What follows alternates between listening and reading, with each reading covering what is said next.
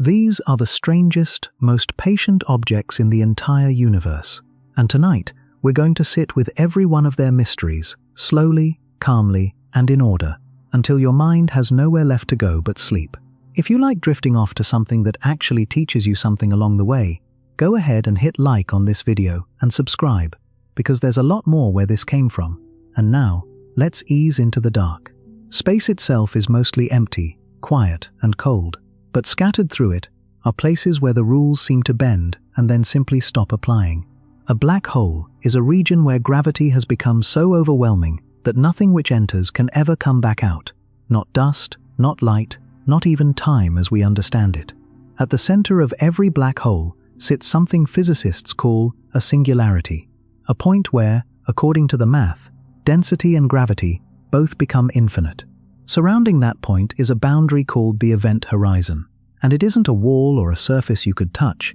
It's simply the line past which escape becomes mathematically impossible, because the speed you'd need to break free would have to be faster than light itself. The size of that boundary depends entirely on how much mass is packed inside, and physicists calculate it using something called the Schwarzschild radius, named after the man who first worked out the equation. Strip away everything else, and a black hole is remarkably simple to describe from the outside. It only really has three properties that matter: how much mass it holds, how fast it's spinning, and whether it carries any electric charge. Physicists sometimes call this the no-hair theorem, the idea that a black hole has no other identifying features, no matter how complicated the star that made it once was. Whatever fell in, whatever story that matter once had, all of it gets reduced to just those three numbers. It's one of the strangest kinds of forgetting in all of nature, and it's where we'll begin. Before we go any further, it helps to slow down and really picture what physicists mean when they talk about space-time, because the whole idea of a black hole only makes sense once that picture is settled in your mind. We tend to think of space as an empty stage, and time as a separate clock ticking along beside it, one thing happening inside the other. General relativity asks you to let go of that separation completely, and instead treat space and time as a single, four-dimensional fabric, woven together, that can stretch, bend, and curve in the presence of mass. A useful, gentle way to picture it, the same image physicists still lean on in classrooms today, is a heavy ball resting on a stretched sheet of fabric, sinking down and curving the material around it. Roll a smaller ball nearby, and it won't travel in a straight line. It will curve inward, following the dip in the fabric, not because some invisible force reached out and grabbed it, but because the space it's moving through has itself been reshaped.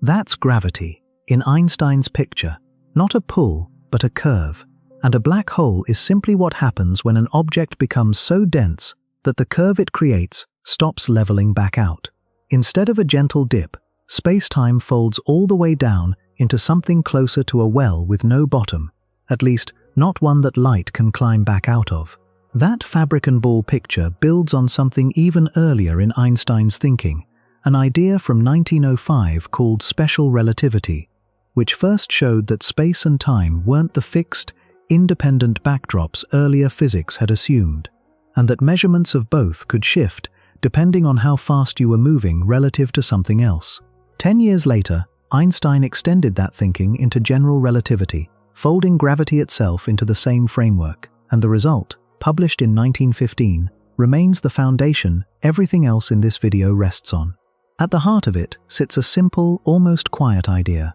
Einstein sometimes called the equivalence principle, the notion that being pulled by gravity and being accelerated through space would feel, from the inside, exactly the same. Stand in a windowless room being pulled down by gravity, or stand in that same room while it's being accelerated upward through empty space, and there would be no experiment you could run inside that room to tell the difference between the two. That simple equivalence, gravity and acceleration behaving as two faces of the same coin, turned out to be the thread Einstein pulled on for the better part of a decade, until it finally unraveled into the full geometric theory of gravity we still use today. What's easy to forget, looking back from a century later, is that Einstein himself never fully embraced the idea of a black hole as something that could actually exist in nature. He accepted Schwarzschild's mathematics as a valid solution to his own equations, but for years he treated the resulting object, a point of infinite density hidden behind an impenetrable horizon,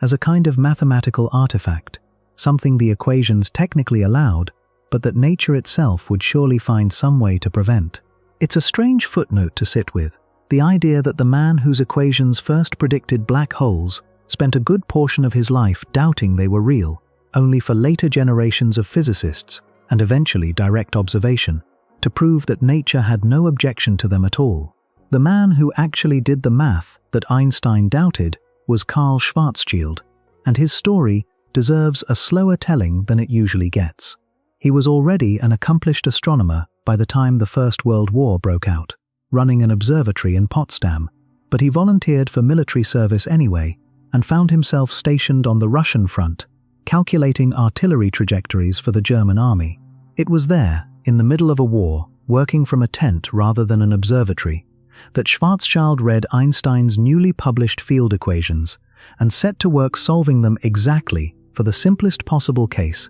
a single, non-rotating, uncharged mass sitting alone in empty space. Within a matter of weeks, in December of 1915, he had it, and within months, in early 1916, Einstein himself presented Schwarzschild's solution to the Prussian Academy of Sciences on his behalf, since Schwarzschild was still deployed and unable to attend. The solution described exactly the kind of object we now call a black hole, a boundary beyond which nothing could return, though Schwarzschild himself never used that phrase, and might not have imagined the physical object his equations seemed to permit. Schwarzschild never lived to see any of this discussed, debated, or eventually confirmed. While still on the front, he developed a painful autoimmune skin disease called pemphigus, and his health declined rapidly over the following months. He was sent home, but the condition proved impossible to treat with the medicine available at the time, and he died in May of 1917, barely a year after mailing his solution back from the trenches. He was 42 years old, and by most accounts, he never fully grasped how significant his wartime calculation would eventually become, since for the following half-century, most physicists treated his solution as an elegant but purely theoretical curiosity, an answer to a question nobody expected nature to actually ask. That 50-year stretch of doubt didn't end with a single dramatic discovery. It ended slowly, through the work of physicists who kept returning to Schwarzschild's equation and asking whether it might describe something real after all. One of the people most responsible for finally dragging the idea into the scientific mainstream was John Archibald Wheeler, an American theoretical physicist with an unusually wide-ranging career. Long before he became associated with black holes, Wheeler had already worked alongside Niels Bohr on the theory of nuclear fission, and later in his career, he became known for coining a whole string of memorable physics terms beyond just black hole, including quantum foam, to describe the turbulent, uncertain structure of spacetime at the smallest imaginable scales, and later, it from bit, a phrase capturing his later career fascination with the idea that information itself might be the most fundamental layer of physical reality, underneath even matter and energy. It was during a lecture in 1967 that Wheeler used the term black hole in front of an audience, and unlike so many technical phrases that stay locked inside academic journals, this one simply stuck, spreading out through the physics community and then into popular science writing, until it became the only name most people have ever known these objects by. Around that same period, physicists, including Wheeler, helped formalize the no-hair theorem we touched on earlier, cementing the strange, stripped-down way we still describe black holes today, reduced to nothing more than mass, spin, and charge, no matter what materials or history built them. The first real observational evidence that black holes existed outside of pure mathematics arrived in 1970, when a satellite called Uhuru, launched specifically to survey the sky in X-rays, picked up a strong, flickering source of radiation in the constellation Cygnus. Astronomers catalogued it as Cygnus X-1, and over the following years, they worked out that it was actually a binary system, a massive, visible blue supergiant star locked in a close orbit with something invisible, something so compact and so gravitationally powerful that it had to be pulling gas directly off the surface of its stellar companion, heating that stolen material to millions of degrees as it spiraled inward, which is exactly what was producing the X-rays the satellite had detected in the first place. It sits roughly 7,000 light-years from Earth, and to this day, it remains one of the most thoroughly studied stellar mass black holes in the sky, a kind of proving ground object that astronomers keep returning to whenever they want to test a new idea about how these objects behave. Cygnus X-1 also happens to be at the center of one of the more charming stories in the history of physics, a friendly wager made in the early 1970s between Stephen Hawking and his friend and fellow physicist Kip Thorne. Hawking bet that Cygnus X-1 was not actually a black hole, which sounds like an odd position for him to take, given how much of his own theoretical work depended on black holes being real. But Hawking later explained the logic himself, treating the bet as a kind of insurance policy, reasoning that if his life's research turned out to be about objects that didn't actually exist, he'd at least have the small consolation of winning a bet over it.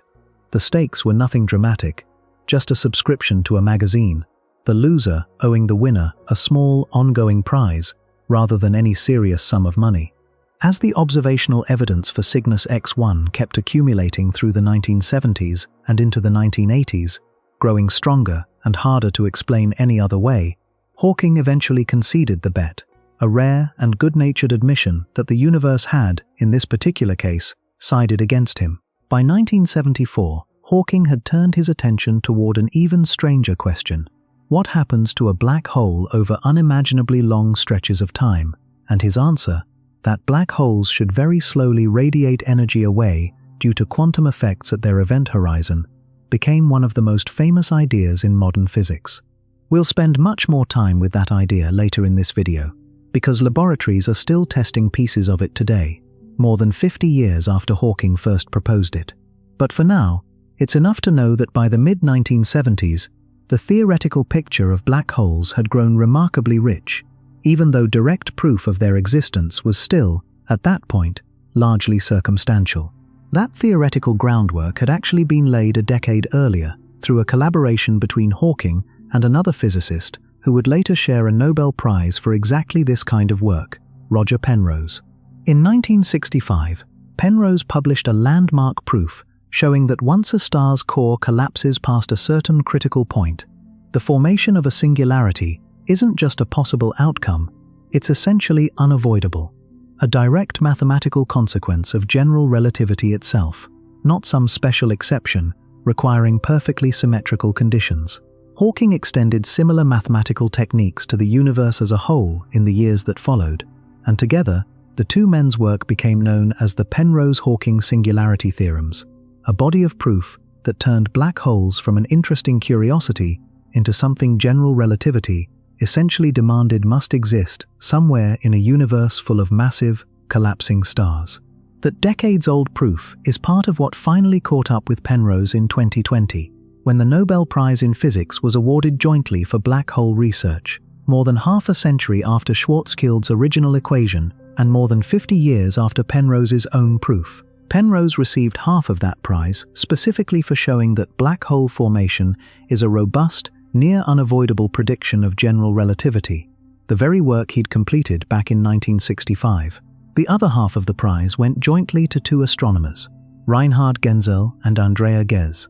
honored for a completely different kind of achievement: years of patient, painstaking observation, tracking the motion of individual stars orbiting the center of our own Milky Way galaxy, and proving, through nothing but careful measurement, that an enormous, invisible mass had to be sitting there. Ghez became just the fourth woman in history to win a Nobel Prize in Physics, joining a very short list that includes Marie Curie, and the object she and Genzel had spent years studying already had a name waiting for it, one we're about to spend a great deal more time with, Sagittarius A star, sitting quietly at the center of everything we call home. Before we go there, it helps to slow down and ask where black holes actually come from, because they don't all arrive the same way, and the path a star takes toward becoming one depends almost entirely on how much mass it started with. For most of a star's life, an outward pressure from nuclear fusion in its core pushes back against the relentless inward pull of its own gravity, a balance that can hold steady for millions or billions of years, depending on the star's size. Once the fuel runs dry, that balance collapses, and what happens next depends on a series of mass thresholds physicists worked out over the course of the 20th century. A star like our Sun, once it exhausts its fuel, will eventually settle down into a dense, slowly cooling remnant called a white dwarf, supported not by fusion anymore, but by a quantum mechanical effect that keeps its electrons from being crushed any further. But there's a limit to how much mass a white dwarf can support this way, a boundary worked out by the astrophysicist Subrahmanyan Chandrasekhar, and any stellar remnant above that limit can't hold itself up as a white dwarf at all. Push past that threshold, and the collapse continues further, often triggering a supernova explosion so violent that, for a few weeks, it can outshine an entire galaxy of billions of ordinary stars. What's left behind after that explosion,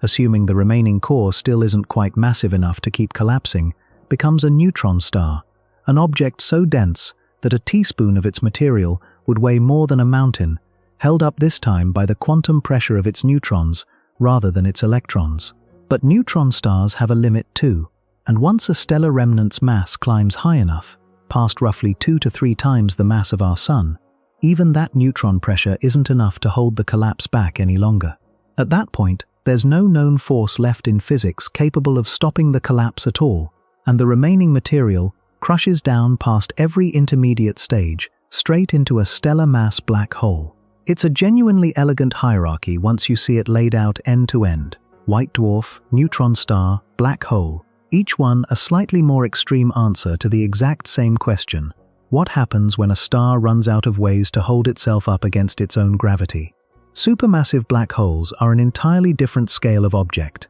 and they sit at the center of nearly every large galaxy in the universe, including our own. These aren't just bigger versions of stellar black holes. They can be millions, or even billions of times the mass of our Sun, and scientists believe they grow that large gradually, through the merging of smaller black holes and the slow accretion of surrounding gas and dust over billions of years. What's puzzling researchers right now, and this is very much an open question, is how some of these giants apparently grew to such enormous size so early in the universe's history. Observations using the James Webb Space Telescope in 2025 and 2026 turned up supermassive black holes that appear to have formed extraordinarily early, in some cases seemingly before their host galaxies had even finished coming together,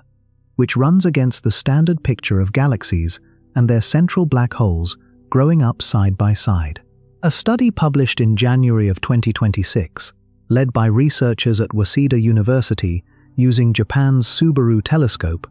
offered one possible piece of the answer. They identified an extremely bright X-ray luminous quasar from the early universe that appeared to be feeding at what's called a super-Eddington rate, essentially growing faster than the normal physical limits would typically allow, which may help explain how a handful of these black holes got such an enormous head start. We'll come back to that particular discovery in more detail later, once we've spent some time with the largest black holes ever measured. There's a third category too, sitting in the size gap between the stellar and the supermassive, known as intermediate mass black holes. For years, this middle category was maddeningly difficult to pin down, more theoretical prediction than confirmed reality, and part of the difficulty is observational rather than theoretical. These objects are, almost by definition, harder to spot than their larger and smaller relatives. A stellar mass black hole often reveals itself through a bright, active binary companion, the way Cygnus X-1 did,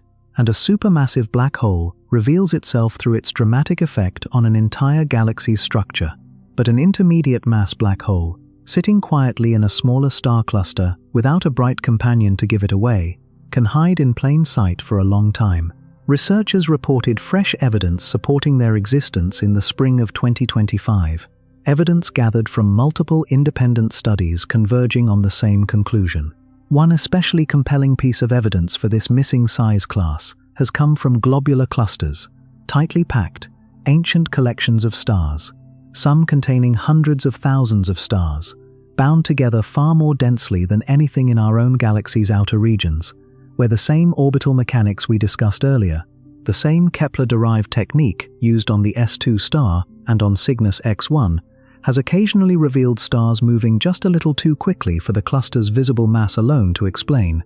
hinting at a hidden, intermediate-sized black hole lurking quietly at the center, too small and too faint to spot directly, but heavy enough to leave its gravitational signature on its neighbors regardless. It's a newer, still developing corner of black hole science, and one worth watching in the years ahead, since confirming this missing size class properly would help complete the picture of how black holes grow from small to unimaginably large across the full span of cosmic history. It's worth explaining, briefly, how astronomers actually calculate a black hole's mass in the first place, since we've quoted quite a few of these numbers tonight, without ever pausing to explain where they come from, and the method turns out to be remarkably consistent across every single example we've covered. Every mass estimate we've mentioned, Sagittarius A,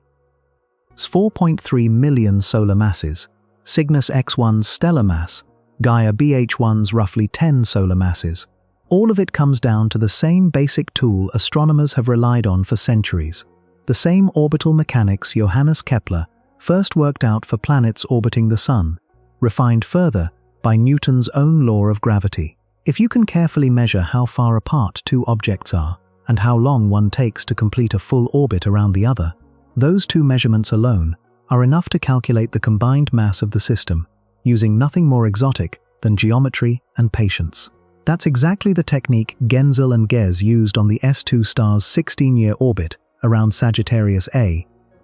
Exactly the technique astronomers used to work out Cygnus X-1's mass from its orbital dance with its blue supergiant companion, and exactly the technique that revealed Gaia BH1's presence in the first place, through the subtle wobble it caused in its own companion star's otherwise steady path. It's a quietly beautiful thread running through this entire story, the idea that the same basic mathematics a 17th century astronomer worked out to describe planets, calmly orbiting our own sun, turned out to be exactly what 21st century scientists needed to weigh objects millions and billions of times more massive, sitting thousands or millions or billions of light years away. Sagittarius A has its own small naming story too, one that pairs nicely with the Messier catalogue history behind M87 star's name. Radio astronomers have long used a naming convention where the brightest radio source within a given constellation gets labeled with the constellation's name followed by the letter A, which is exactly why the source sitting at our galaxy's center, appearing in the direction of the constellation Sagittarius, became known as Sagittarius A. Astronomers Bruce Balick and Robert Brown first identified this particular compact, unusually bright radio source at the heart of that region in 1974, and the small asterisk added afterward, giving us Sagittarius A, was adopted later specifically to mark it out as an especially compact, energetic component sitting within the broader Sagittarius A radio complex, distinguishing the exact point source from the surrounding gas and dust structures nearby. It's a small, technical footnote, but it's worth noting that the object anchoring our entire galaxy carries a name that's really just a tidy piece of radio astronomy bookkeeping. Discovered the same decade Hawking was still refining his ideas about radiation, and roughly the same period, Kip Thorne and Hawking were settling their wager over Cygnus X-1. Let's go back to Sagittarius A,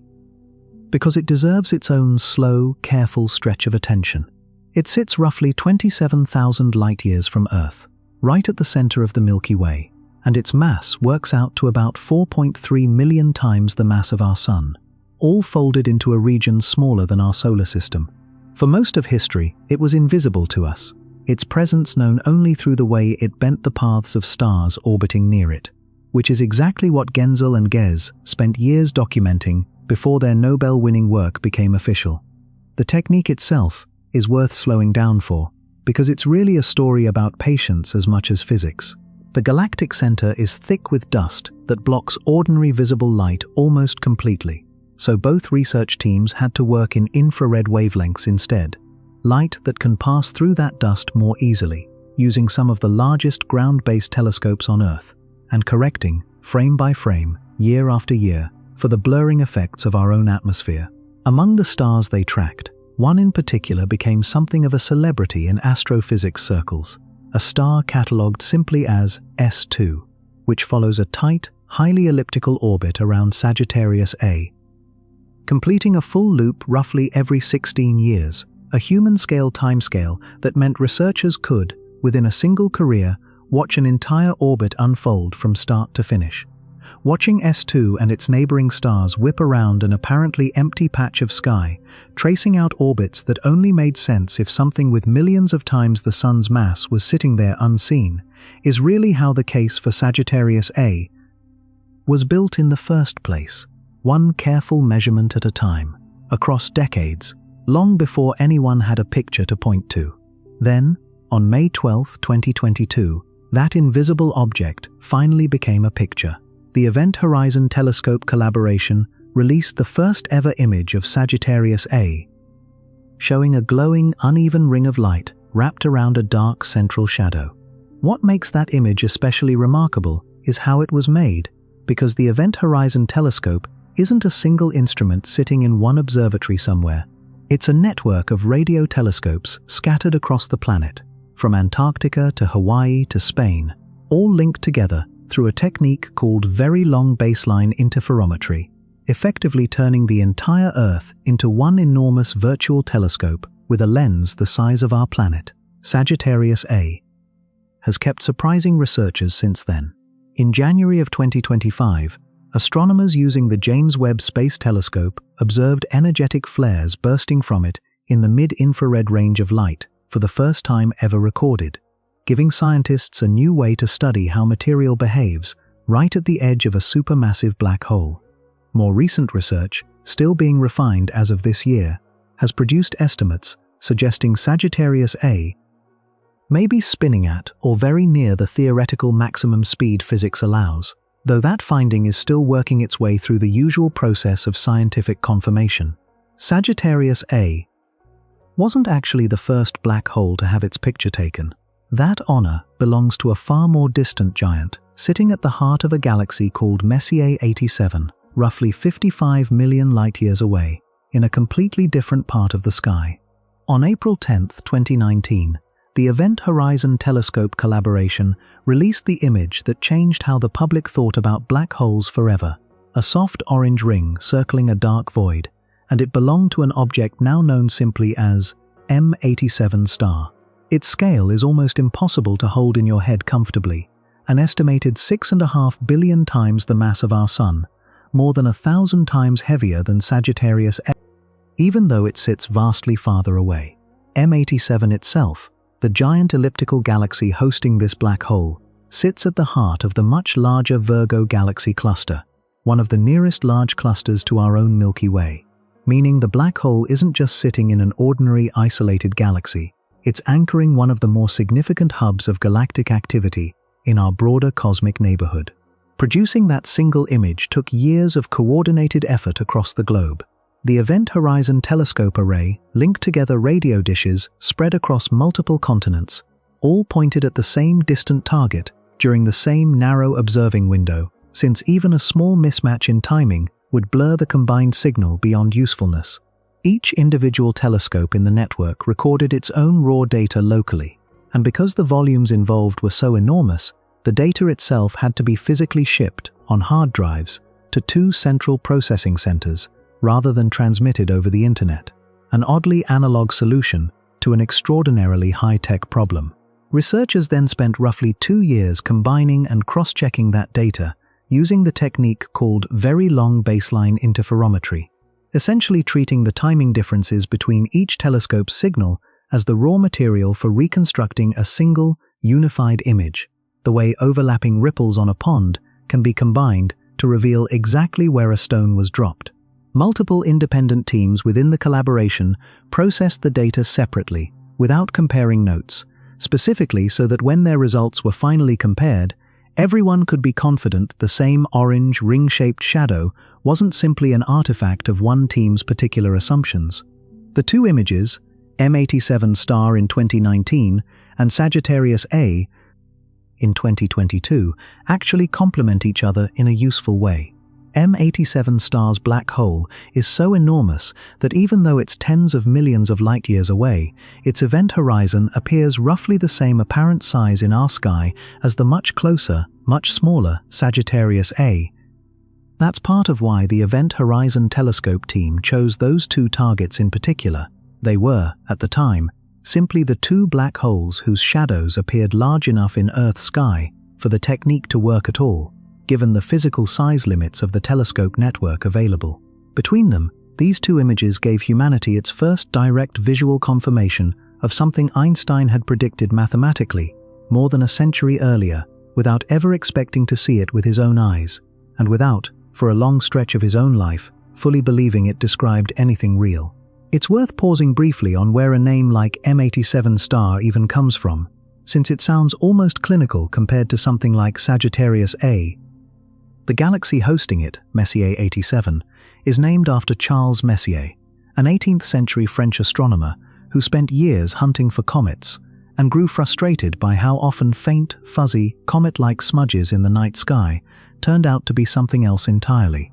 distant nebulae and galaxies rather than the comets he was actually searching for. Starting in the 1770s, Messier began compiling a catalogue specifically listing these non-comet objects, not because he found them particularly interesting in their own right, but simply so he and other comet hunters could quickly rule them out and avoid wasting time chasing the same false alarms over and over. That practical, almost dismissive catalogue, originally built to ignore these objects rather than study them, eventually grew to include over 100 entries and became one of the most famous reference lists in the history of astronomy. And Messier 87, the 87th entry on that old practical list, turned out, more than 2 centuries later, to be hiding one of the most massive black holes ever measured, and the very first one humanity ever managed to photograph. It's worth pausing here to ask an obvious question those two famous images tend to raise. Why do we see any light at all coming from something defined by trapping every bit of light that gets near it?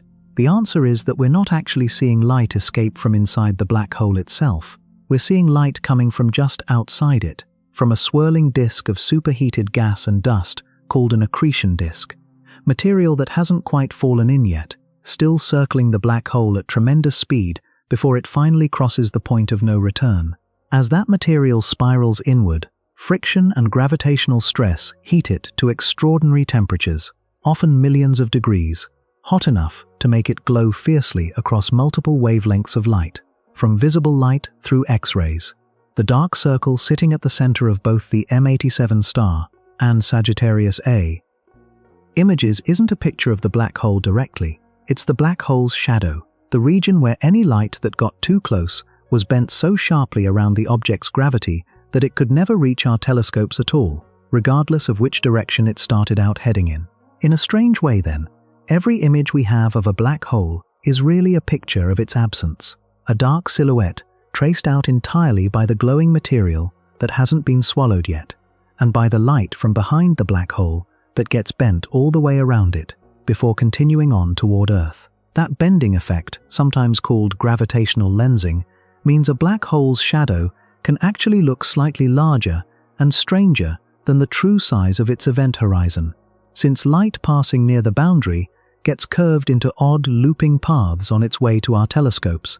adding a kind of soft glowing halo effect around what would otherwise be a simple dark circle. Everything genuinely dark about a black hole, in other words, stays permanently hidden, and everything we've ever actually photographed is the glowing wreckage circling just outside it. There's one more visual detail worth pausing on in both of those famous images, since it's easy to glance past it without asking why it's there at all. The fact that the glowing ring in each photograph isn't evenly bright all the way around. It's noticeably brighter along one edge than the other. That asymmetry isn't a flaw in the imaging process. It's actually one of the more elegant, physically meaningful details in the entire picture, caused by an effect called relativistic beaming. Because the material in the accretion disk is orbiting the black hole at an enormous fraction of the speed of light, the portion of the disk currently swinging toward Earth gets its light intensified and concentrated by that motion, appearing significantly brighter to our telescopes, while the portion swinging away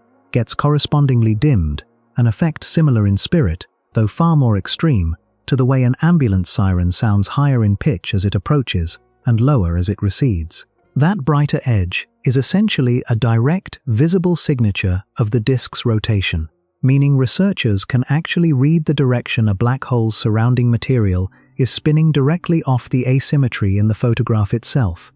turning what looks at first like a simple imaging quirk into one more genuine, physically meaningful piece of data folded into the picture. Now let's slow down even further and think about what would actually happen if something fell into one of these objects, because the physics gets genuinely strange the closer you get. Gravity doesn't pull on every part of an object equally. It pulls harder on whatever is closer to the source, and weaker on whatever is farther away, and near an ordinary planet or star, that difference is so small you'd never notice it. Near a black hole, that difference becomes extreme, and it becomes more extreme the smaller the black hole is, which is a detail people often find counterintuitive. Around a relatively small, stellar mass black hole, the tidal difference between your head and your feet would become lethal long before you ever reach the event horizon, stretching you apart while you are still a comfortable, safe-sounding distance away. Around an enormous, supermassive black hole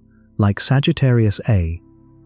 or M87 star, though the horizon itself sits so far out relative to the size of the singularity that the tidal forces right at the boundary would actually be gentle enough that a falling astronaut might cross the event horizon without feeling anything unusual at all, at least not immediately, only to be torn apart by the same spaghettification effect somewhat later, deeper inside. If you were falling in feet first, the pull on your feet would be dramatically stronger than the pull on your head, stretching your body longer and thinner the closer you got, a process physicists have nicknamed spaghettification, because that's essentially the shape it would leave you in. It's a vivid, slightly dark bit of physics humor, but the underlying tidal forces behind it are completely real and well understood, described by the exact same equations that predict the bending of starlight and the orbits of planets, just taken to their most extreme possible conclusion. Time itself starts behaving strangely too. General relativity tells us that time runs slower wherever gravity is stronger, an effect called time dilation, and it becomes most dramatic right at a black hole's edge. Picture two versions of the same moment. From your own perspective, falling toward the event horizon, everything would feel continuous, and you'd cross the boundary without any dramatic alarm going off, at least according to the math, your own clock ticking along at what would feel to you like a completely normal rate the entire way down. But from the perspective of a friend watching from a safe distance far away, something very different would appear to happen. Your fall would seem to slow down more and more as you approach the horizon, your image stretching to longer and redder wavelengths of light, until you appeared to freeze there entirely, fading rather than vanishing, forever approaching a boundary you'd already crossed from your own point of view. Two true stories about the exact same fall, depending entirely on where you're standing when you watch it. It's one of the gentlest, strangest ideas in all of physics, and it's worth just sitting with for a moment before we move on. This quiet disagreement between two honest observers who both watched the exact same thing happen and walked away with two completely different stories about when, or whether, it finished happening at all. That stretching and tearing isn't only theoretical either. When an entire star wanders too close to a black hole, the same tidal forces that would spaghettify a falling astronaut can tear the star itself apart, in what astronomers call a tidal disruption event. Roughly half of the star's shredded material typically gets flung outward into space, while the other half spirals inward toward the black hole, briefly forming an extremely bright, hot accretion disk in the process, which is exactly what makes these events visible to telescopes across billions of light-years in the first place. A sudden, dramatic flare where nothing but empty-looking sky had been sitting a short time before. In 2025, astronomers using AI-assisted detection tools observed one of these events, associated with an earlier flare called SN 2023-ZKD, and found something nobody expected. The doomed star appeared to brighten not once, but twice, a sequence so rare that researchers described it as a once-in-a-lifetime observed event. The AI-assisted part of that discovery matters too, since these events tend to be brief and easy to miss entirely if nobody happens to be watching the right patch of sky at the right moment. And modern sky surveys generate far more data every single night than human astronomers alone could ever hope to sift through by eye, which is part of why automated detection systems have become such a central part of this particular corner of astronomy over the past few years. Then, in 2026, NASA's Einstein probe was reported to have possibly captured an even stranger version of the same basic phenomenon, a black hole apparently tearing apart a white dwarf star, which, if confirmed, would be the first time that particular kind of destruction had ever been caught in the act. A white dwarf is already an extraordinarily dense object in its own right, the collapsed remnant of a sun-like star, so a black hole powerful enough to tear one apart, rather than simply swallowing it whole in one motion, represents a genuinely rare and delicate balance of distance, mass, and timing, the kind of cosmic coincidence that might only happen a handful of times across an entire galaxy's history. Let's return to that idea Stephen Hawking proposed back in 1974, because it might be the single strangest thing anyone has ever suggested about these objects. Black holes, by definition, are supposed to let nothing escape, not even light. And yet Hawking's calculations suggested that once you factor in quantum mechanics, black holes should still emit a faint form of radiation from right at the edge of their event horizon, a phenomenon that now carries his name. The rough idea, stripped down to something you can actually picture, involves the strange quantum mechanical habit empty space has of constantly generating pairs of particles that flash into existence for an instant before annihilating each other and vanishing again. A process happening everywhere in the universe, all the time, even in what looks like the emptiest possible patch of space. Right at a black hole's event horizon, Hawking realized that pairing could occasionally get interrupted, with one particle falling in while its partner escapes outward, carrying away a tiny sliver of the black hole's energy each time it happens. Repeat that process over an almost unimaginably long span of time, and a black hole would very gradually lose mass, radiating itself away, particle pair by particle pair, until, at least in theory, nothing was left at all. This idea connected directly to earlier work by physicist Jacob Bekenstein, who had proposed, a couple of years before Hawking's own paper, that black holes should be treated as having a genuine physical temperature and something called entropy, a measure, roughly speaking, of disorder or hidden information within a system. Hawking initially set out to disprove Bekenstein's idea, only to end up proving it correct through his own independent calculation, and in the process, discovering the radiation that now bears his name. Together, their work built something now called black hole thermodynamics, a set of laws describing black holes using the exact same mathematical language physicists use to describe heat, temperature, and energy in far more ordinary systems, like steam engines or refrigerators, an oddly domestic vocabulary for describing some of the most extreme objects in existence. Here's the honest, careful part of the story though, the part that often gets skipped over. Hawking radiation has never actually been directly observed coming from a real black hole out in space, not from Sagittarius A,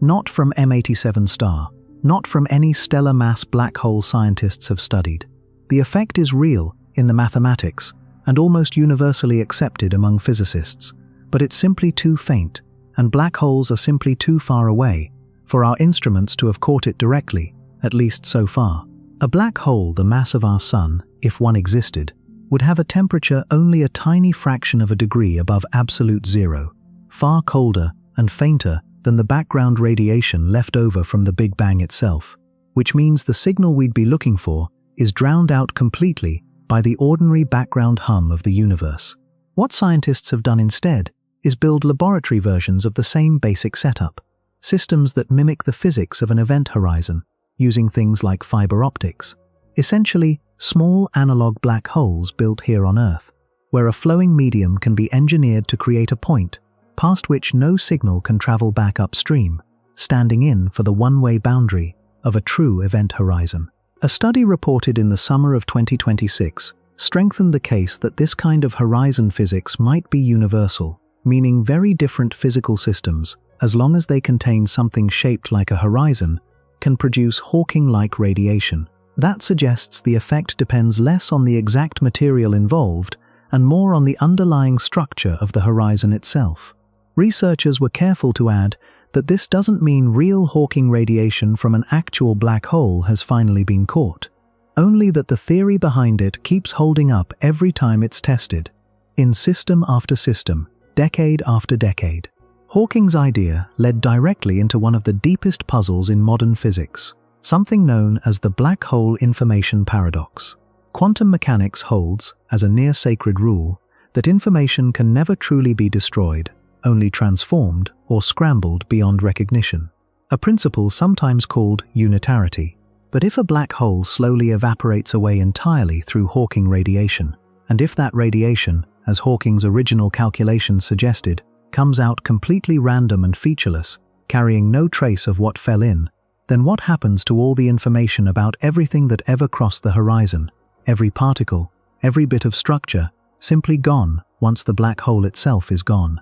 For decades, that contradiction sat unresolved, one of the most stubborn open questions connecting gravity and quantum physics, two of the most successful theories in the history of science, each one apparently demanding an answer the other refused to allow. Hawking himself spent years defending his original position, that the information really was lost for good, a stance that put him at odds with much of the theoretical physics community, and it led to another one of his famous bets, this time in 1997, with fellow physicists Kip Thorne and John Preskill, over exactly this question.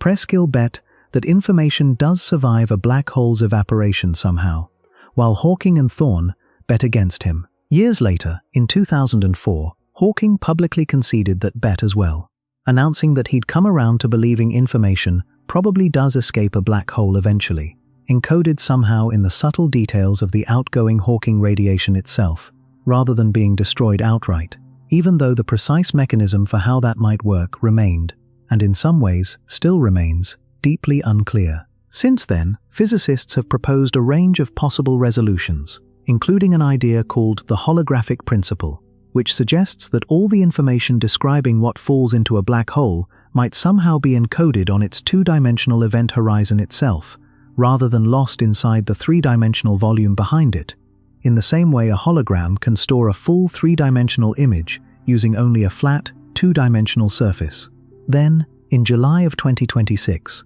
researchers proposed a newer possible answer, suggesting that black holes might not evaporate all the way down to nothing after all.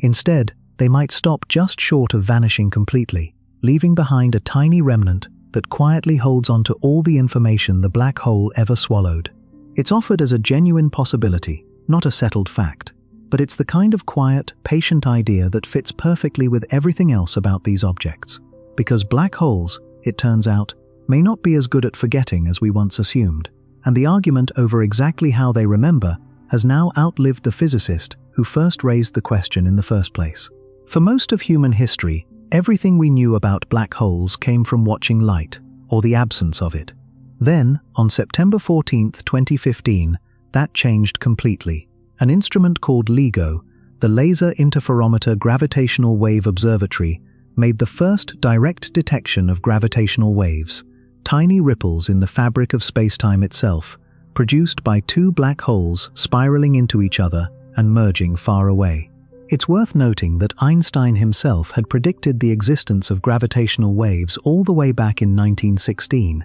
as a direct consequence of his own general relativity equations. But he was privately skeptical they would ever actually be detected, believing the ripples would be far too faint by the time they reached Earth for any instrument to ever measure them. LIGO proved him both right and wrong at once. Right that the signal really would be extraordinarily faint, and wrong that it would always stay out of reach. The discovery wasn't announced to the public until February of 2016, once scientists had thoroughly verified what they'd found, and when it finally came out, it opened up an entirely new sense through which humanity could experience the universe, one built on listening rather than looking. The signal itself became known informally as a chirp, a short burst of sound produced by converting the detected space-time ripples into an audio waveform, rising rapidly in both pitch and intensity over a fraction of a second, exactly the pattern physicists had predicted two black holes would produce as they spiraled together faster and faster in the final instance before merging into one. The achievement was significant enough that in 2017, three of the scientists most responsible for LIGO's design and success, Rainer Weiss, Kip Thorne, and Barry Barish, shared the Nobel Prize in Physics for it. The same Kip Thorne who decades earlier had made that friendly wager with Hawking over Cygnus X-1, closing an unusually neat loop across his own long career in black hole physics. LIGO operates 2 detectors here in the United States, one in Hanford, Washington, and one in Livingston, Louisiana, working together with the Virgo detector in Italy and the Kagra detector in Japan, forming what's now called the LVK collaboration. Having multiple widely separated detectors matters enormously, since comparing the tiny difference in arrival time between sites lets researchers work out roughly where in the sky a given signal came from. The same basic principle that lets you judge the direction of a sound based on which ear it reaches first. Since that first detection back in 2015, the network has kept improving, catching gravitational waves with increasing sensitivity and increasing frequency. One signal in particular stands out from recent years. On January 14, 2025, the detectors picked up a signal now called GW250114, produced by 2 black holes of strikingly similar mass, about 32 and 34 times the mass of our Sun, merging together more than 1 billion light-years away. It turned out to be the clearest, loudest gravitational wave signal ever recorded, and that clarity let scientists do something remarkable: perform the single most precise test of general relativity attempted so far, while also directly confirming something Stephen Hawking had predicted decades earlier, an idea called the black hole area theorem, which states that when 2 black holes merge, the total surface area of their combined event horizon can never shrink, only grow or stay the same. Dr. John Veitch, a researcher at the University of Glasgow who studies these signals, explained it simply, saying that the loudness of GW250114 let scientists compare the warped shape of spacetime before and after the merger, and confirmed that the total horizon area increased exactly as Hawking's laws of black hole mechanics predicted it should. It's worth sitting with that connection for a second, an equation Hawking worked out on paper decades before anyone had ever detected a gravitational wave at all, confirmed directly by an instrument he never lived to see reach this level of precision, a quiet kind of vindication stretched out across half a century. Researchers went even further with that same signal in 2026, publishing an analysis in the journal Nature claiming to have isolated what they called a direct wave, a portion of the gravitational wave signal said to carry an imprint from motion happening extremely close to the event horizon itself. The lead researcher on that study, Sijung Ma, described it as a way to potentially listen to physics happening right at the horizon, a region that light alone can never show us. Not everyone in the field was immediately convinced. Physicist Sean McWilliams at West Virginia University raised some skepticism about the interpretation, while physicist Francesco Sanino called the analysis compelling and striking, while still noting it needed independent confirmation from other research groups before it could be fully accepted. That back and forth is, if anything, a healthy sign, the ordinary, unglamorous process by which genuinely new physics gets tested, argued over, and slowly either confirmed or set aside, rather than accepted on the strength of a single headline. As of the middle of this year, the full gravitational wave catalogue, maintained by the LVK collaboration, known as GWTC 5.0, contains 390 confirmed detections in total, including 161 newly identified black hole collisions found in data collected between April of 2024 and January of 2025. The detectors are now finding roughly 3 to 4 new gravitational wave events every single week, whenever they're actively observing, a pace that would have seemed almost unbelievable back in 2015, when the entire field was celebrating a single detection, and a reminder that black holes colliding somewhere out in the universe isn't actually a rare event at all. It's simply an event we only very recently developed the tools to notice. It's worth pausing here to notice just how many different tools we've already used across this one story, because black hole research is really a story about assembling evidence from every available channel at once, rather than relying on any single method. Cygnus X-1 gave itself away through X-rays, high-energy light produced by superheated gas, caught by a satellite built specifically to scan the sky in that part of the spectrum. Sagittarius A gave itself away first through infrared observations, tracking the orbits of individual stars in wavelengths that could push through the dust clogging our galaxy's center, and later, through both radio waves, gathered by the Event Horizon Telescope's global network of dishes, and further bursts of infrared light caught by the James Webb Space Telescope. M87 star's image also came from radio astronomy, while the tidal disruption events we discussed earlier were caught through rapid, wide-field optical surveys paired with newer AI-based detection systems built to notice sudden flares before they fade. And running underneath every one of those approaches now sits an entirely different channel altogether: gravitational waves, which don't rely on light at all, but on tiny, physical ripples in space-time itself, picked up by detectors built around nothing more exotic than long tunnels, powerful lasers, and mirrors sensitive enough to notice a change in distance thousands of times smaller than a single proton. Taken together, these different channels function almost like separate senses. The way sight, hearing, and touch each give you a different, complementary picture of the same room. No single one of them, on its own, could have built the picture of black holes we have today. It took X-ray astronomy to first suggest Cygnus X-1's existence, infrared astronomy to map the orbits proving Sagittarius A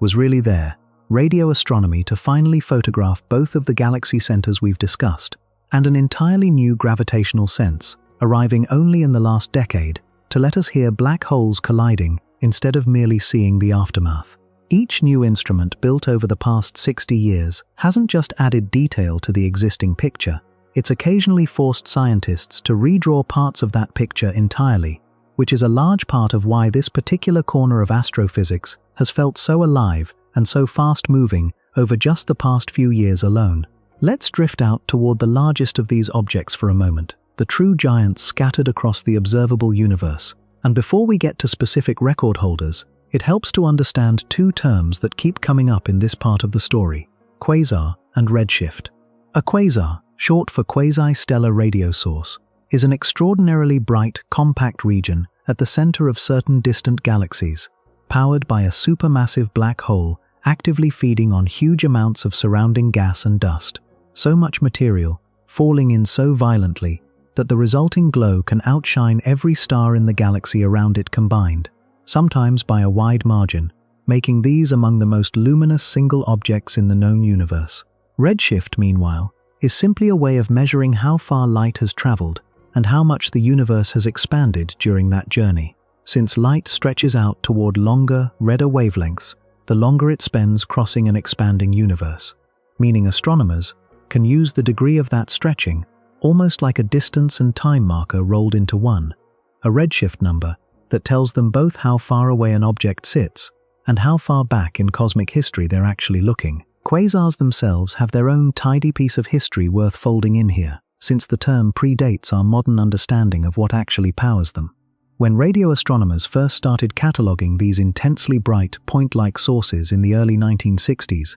they looked deceptively like ordinary stars through an optical telescope, hence the name quasi-stellar, star-like, but not actually a star. It took until 1963 for astronomer Martin Schmidt to work out what was really going on when he examined the light coming from one particularly bright example, catalogued as 3C273, and realized its spectrum only made sense if the light had been dramatically redshifted, meaning the object had to be sitting billions of light-years away, far too distant and far too faint at that range to be an ordinary star at all, unless whatever was producing that light was almost unimaginably powerful. That single realization effectively launched the modern study of quasars, and decades of subsequent research eventually connected them directly to supermassive black holes feeding voraciously at the centers of distant, young galaxies. The exact same mechanism behind both TON 618 and the extreme, fast-growing quasar identified using the Subaru telescope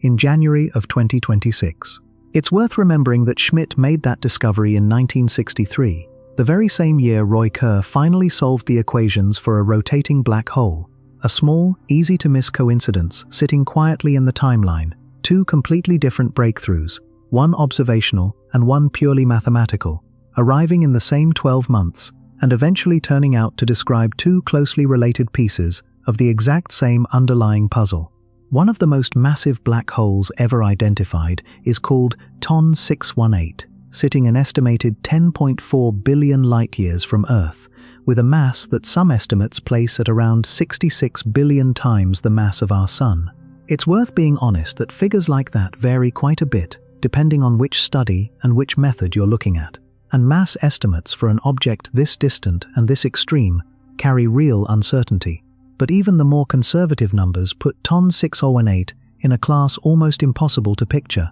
A single object outweighing entire clusters of ordinary stars, all packed into a region that, relative to its mass, is barely larger than our own solar system. More recently, in May of 2026, astronomers reported something that might eventually challenge even TON 618 for sheer scale. A candidate pair of black holes found in a galaxy called Abell 402 BCG, roughly 4.4 billion light-years away. Together, the two black holes carry an estimated combined mass of about 60 billion times that of our Sun, which would make them, if confirmed, the most massive pair of black holes ever found locked together, at least double the mass of the next closest pair on record. What led astronomers there in the first place was almost accidental. Back in 2018, researchers had noticed an unusual dark, starlight-free void near the center of that galaxy, stretching across roughly 3,200 light-years, and originally assumed it was simply a cloud of dust blocking the light of stars behind it. It took years of follow-up work before scientists began to suspect that void might actually be something else entirely, a region carved out by the gravitational influence of two colossal black holes locked in a slow spiral toward each other. Space is patient that way. Sometimes an emptiness sitting quietly in an old photograph turns out to be one of the heaviest things anyone has ever found. Let's slow down again and sit with one of the more puzzling threads running through recent black hole research, because it touches something almost philosophical about how the universe grows up. In November of 2025, astronomers using the James Webb Space Telescope announced they had found a supermassive black hole in the infant universe that was feeding on surrounding material at an extraordinary pace, growing rapidly at a stage in cosmic history when galaxies themselves were still barely formed. Findings like this one keep chipping away at the tidy, older picture scientists once held, the assumption that black holes and their host galaxies grew up together, gradually, side by side, over billions of patient years. Instead, some of these early black holes appear to have gotten a significant head start, in certain cases seemingly forming before the galaxy meant to surround them had even finished coming together. It's the kind of detail that turns a settled textbook chapter back into an open question, and researchers are still working out exactly how that head start was possible. Part of the answer may lie in that same study we touched on earlier, published in January of 2026, led by a team at Waseda University, working with data from Japan's Subaru telescope. They identified an extremely bright, X-ray luminous, radio-loud quasar from the early universe, sitting at a redshift of 3.4, which, using the relationship between redshift and cosmic time we just walked through, places it at a moment in the universe's history not all that long after galaxies first began forming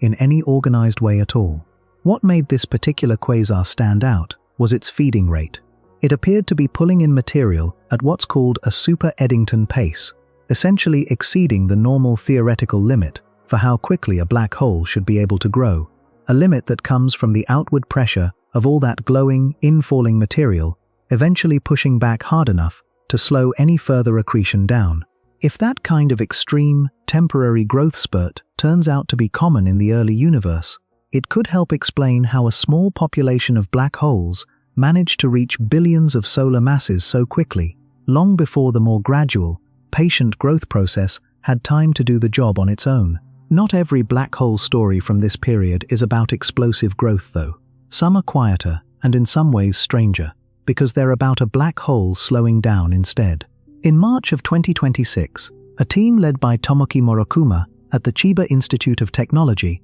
reported on a distant galaxy, roughly 10 billion light-years away, that had dimmed to just 1/20th of its original brightness over a period of only 20 years, an almost unheard-of timescale for this kind of change. By comparing decades of observations across multiple wavelengths of light, the researchers traced the cause back to the galaxy's central supermassive black hole, and found that the rate of material falling into it, what astronomers call the accretion rate, had dropped to roughly 1/50th of its earlier level in only about 7 years. The team also carefully ruled out a simpler, less dramatic explanation: the possibility that a passing cloud of dust had simply drifted in front of the galaxy's glowing core and blocked its light from view, since that kind of dust obscuration couldn't account for the way the dimming showed up consistently across every wavelength the team checked, from optical light all the way through infrared. Murakuma described the finding plainly, saying it was fascinating that an active galactic nucleus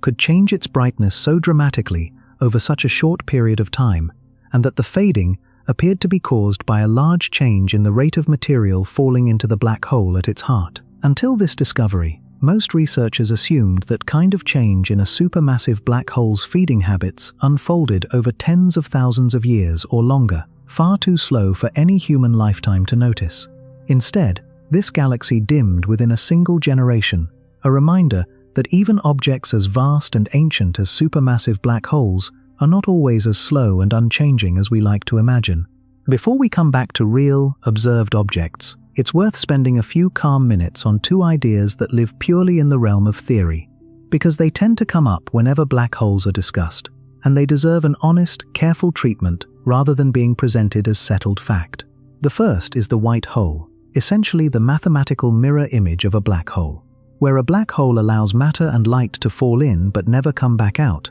a white hole, in theory, would work in reverse, allowing matter and light to emerge but never enter. The idea comes directly out of the same equations that describe black holes, part of the same broader mathematical solution Schwarzschild originally worked out, extended forward by later physicists into its full, symmetric form. But no white hole has ever actually been observed anywhere in the universe, and many physicists consider it unlikely that one could exist as a real astrophysical object at all, since nothing in nature seems to actually produce the specific conditions the math requires. It remains a fascinating consequence of the equations, nothing more, at least for now. The second idea is the wormhole, sometimes called an Einstein-Rosen bridge, a hypothetical shortcut connecting two distant points in spacetime, first explored mathematically by Einstein himself, alongside physicist Nathan Rosen back in 1935. It's an idea that shows up constantly in science fiction,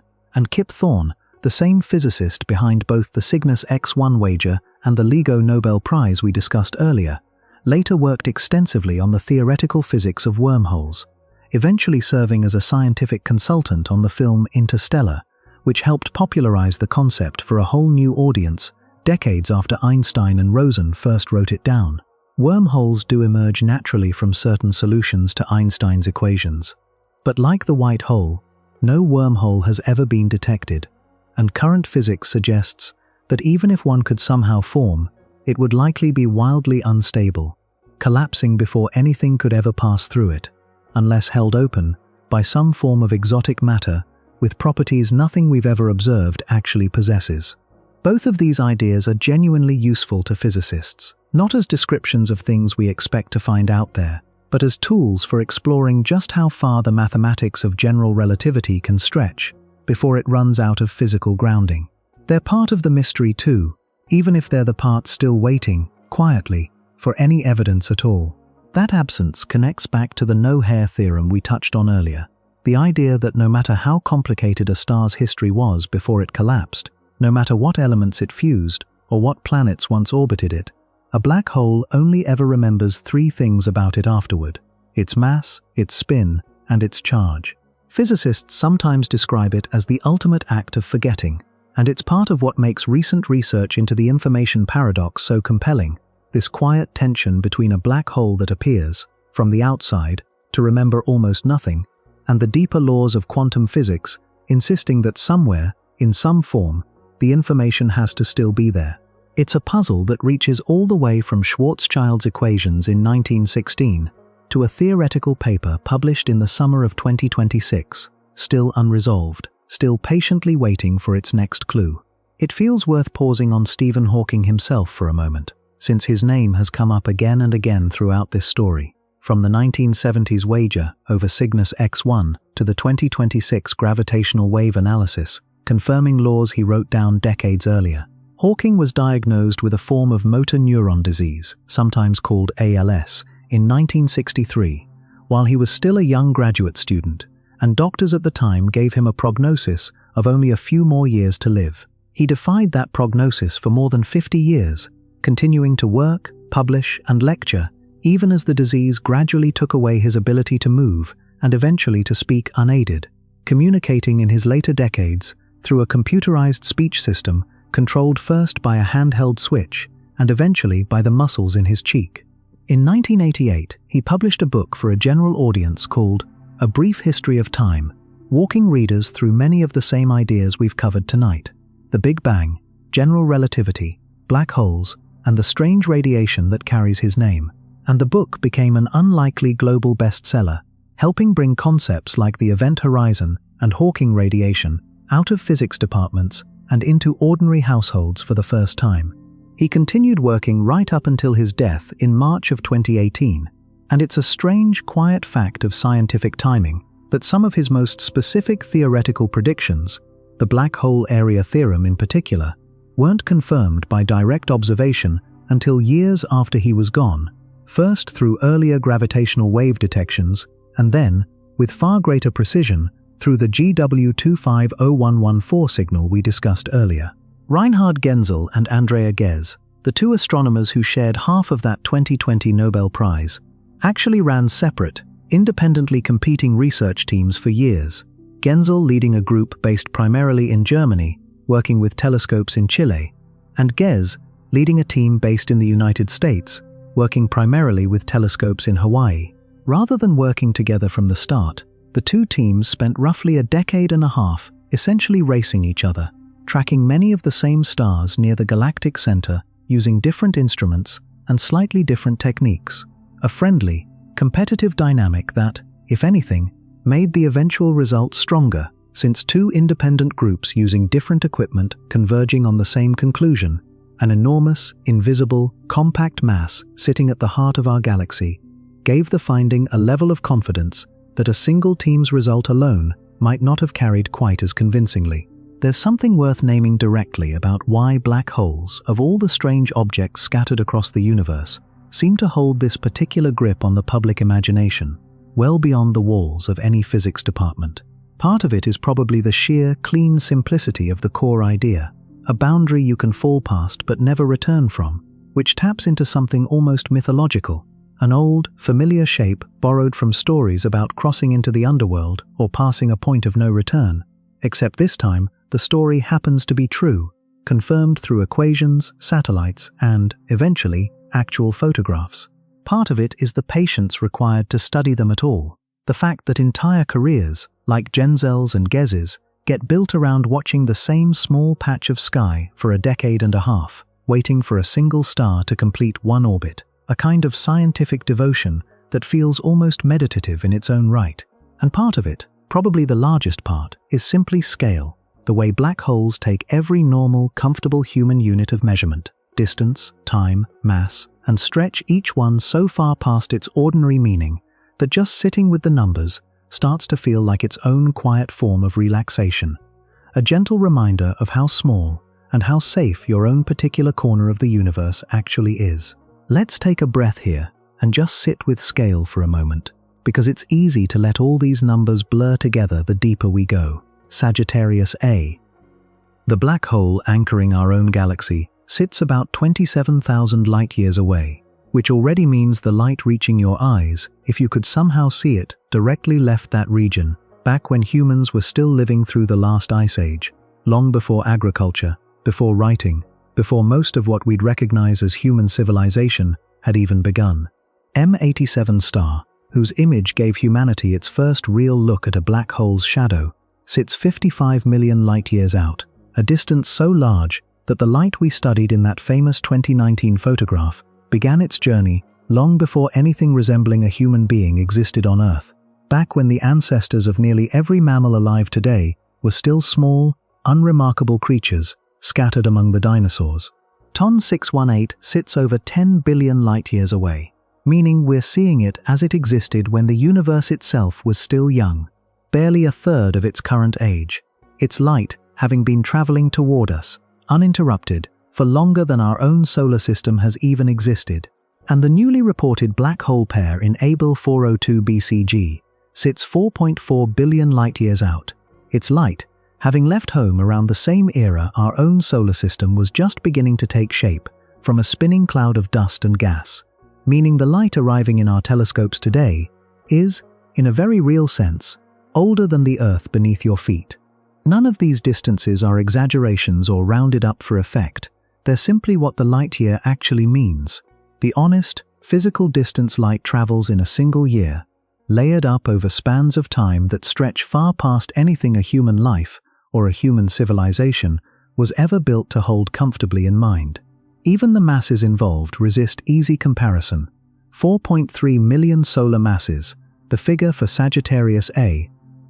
would already be difficult to picture on its own, but 6.5 billion, the figure for M87 star, and 66 billion, the rough figure sometimes given for Cygnus X-1, aren't simply bigger versions of that same difficulty. They're an entirely different order of difficulty altogether. Numbers that stop behaving like counts of anything and start behaving more like abstractions, the kind of figures that are easier to compute than to actually imagine. And yet here we are, tracking flares from Sagittarius A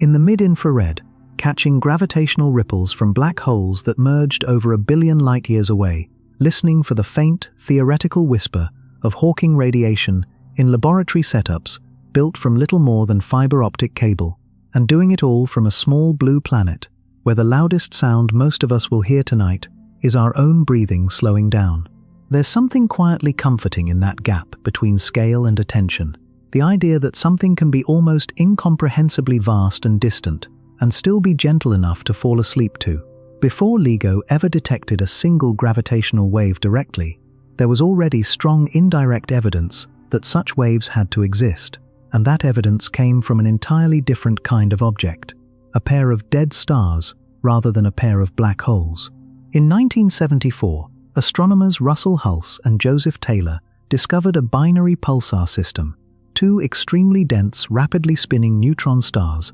orbiting each other closely, one of which swept a beam of radio waves past Earth with such precise, clockwork regularity that astronomers could time its pulses down to fractions of a second. Over the following years, Hulse and Taylor tracked how that orbit slowly, gradually shrank, the two neutron stars spiraling very slightly closer together with each passing year, exactly the rate general relativity predicted they should if the system were losing energy by radiating it away as gravitational waves, even though no instrument at the time was sensitive enough to detect those waves directly. It was indirect proof, built entirely on years of extraordinarily precise timing rather than direct detection,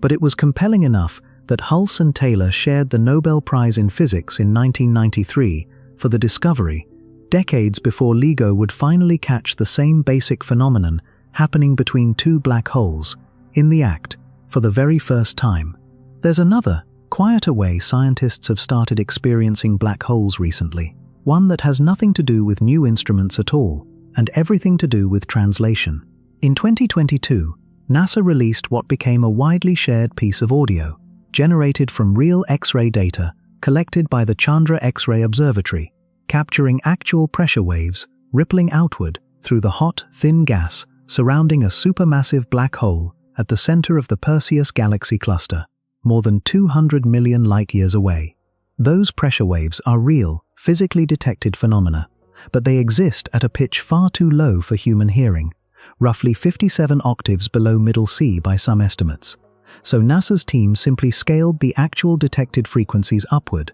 by a precise mathematical factor, into a range human ears can actually process, without inventing or altering the underlying pattern of the data itself. The result is an eerie, low, resonant hum, not a symbolic or artistic guess at what a black hole might sound like, but the literal sound of real gravitational pressure waves, present in genuine astronomical data, simply shifted into a register we happen to be built to hear. It's worth touching briefly on how black hole physics found its way into popular film as well, since Kip Thorne's name has already come up twice tonight in connection with both the Cygnus X-1 wager and the LIGO Nobel Prize. In the years leading up to the 2014 film Interstellar, Thorne worked directly with the movie's visual effects team, insisting that the film's depiction of its fictional black hole, nicknamed Gargantua in the story, be generated using genuine general relativity equations, rather than artistic guesswork, feeding real gravitational lensing calculations into the rendering software frame by frame. That collaboration ended up producing visual effects detailed enough that Thorne and the visual effects team later published an actual peer-reviewed scientific paper describing the techniques they'd developed. Techniques that gave researchers a new, more efficient method for simulating how light bends around a rapidly spinning black hole, a rare case of a Hollywood visual effects project, feeding a genuine, useful contribution back into real astrophysics research, rather than the flow of information only ever running the other way. There's a reassuring, practical question worth answering plainly here too, since it tends to come up whenever black holes are discussed, whether one of these objects could ever pose any real threat to Earth. The honest answer is straightforward. No known black hole sits anywhere near close enough to matter. The nearest confirmed black hole candidates to our solar system sit at distances measured in thousands of light-years at the very closest, and a black hole's gravity,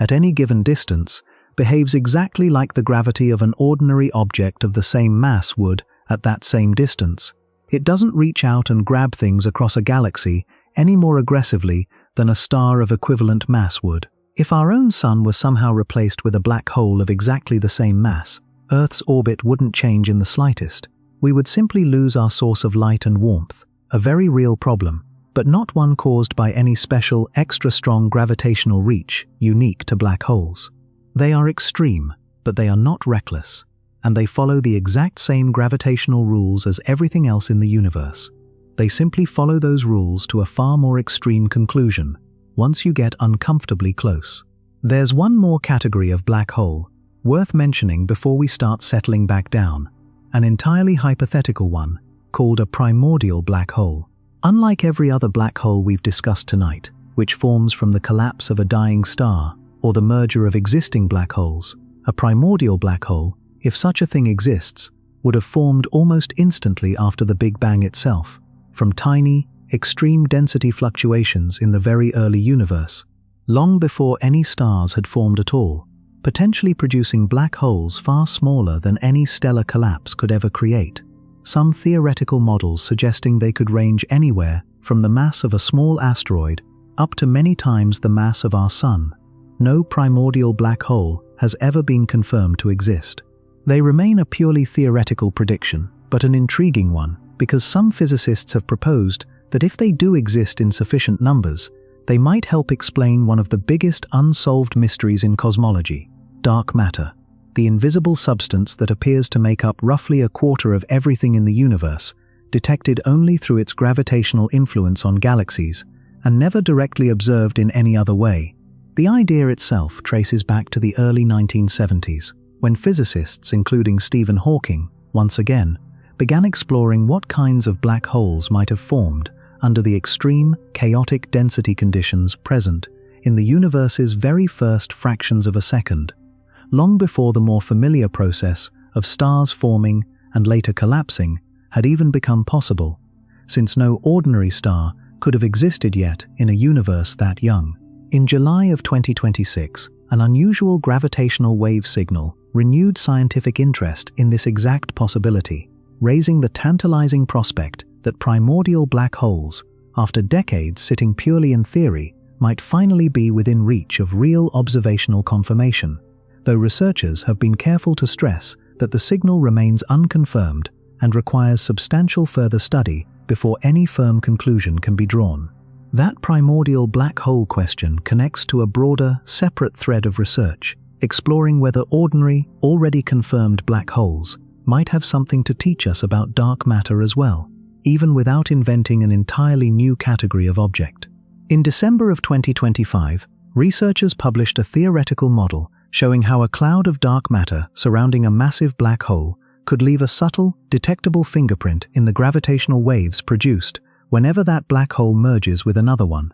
since the presence of that surrounding dark matter would very slightly alter the details of the resulting signal compared to a merger happening in otherwise empty space. It's a clever bit of reasoning, using an object we can already detect directly, a merging pair of black holes, as an indirect probe for a substance we've never been able to see or touch at all. And it's exactly the kind of layered, patient approach that has defined black hole research from the very beginning, each new discovery quietly opening a door onto some other, even harder question waiting just behind it. Dark matter itself has been an open puzzle in astrophysics since the 1930s, when astronomer Fritz Zwicky first noticed that galaxy clusters seemed to be held together by far more gravity than their visible stars alone could account for. And the puzzle deepened decades later when astronomer Vera Rubin carefully measured how fast stars orbit within individual galaxies, finding that outer stars moved just as quickly as inner ones, a pattern that only made sense if each galaxy were embedded inside a much larger,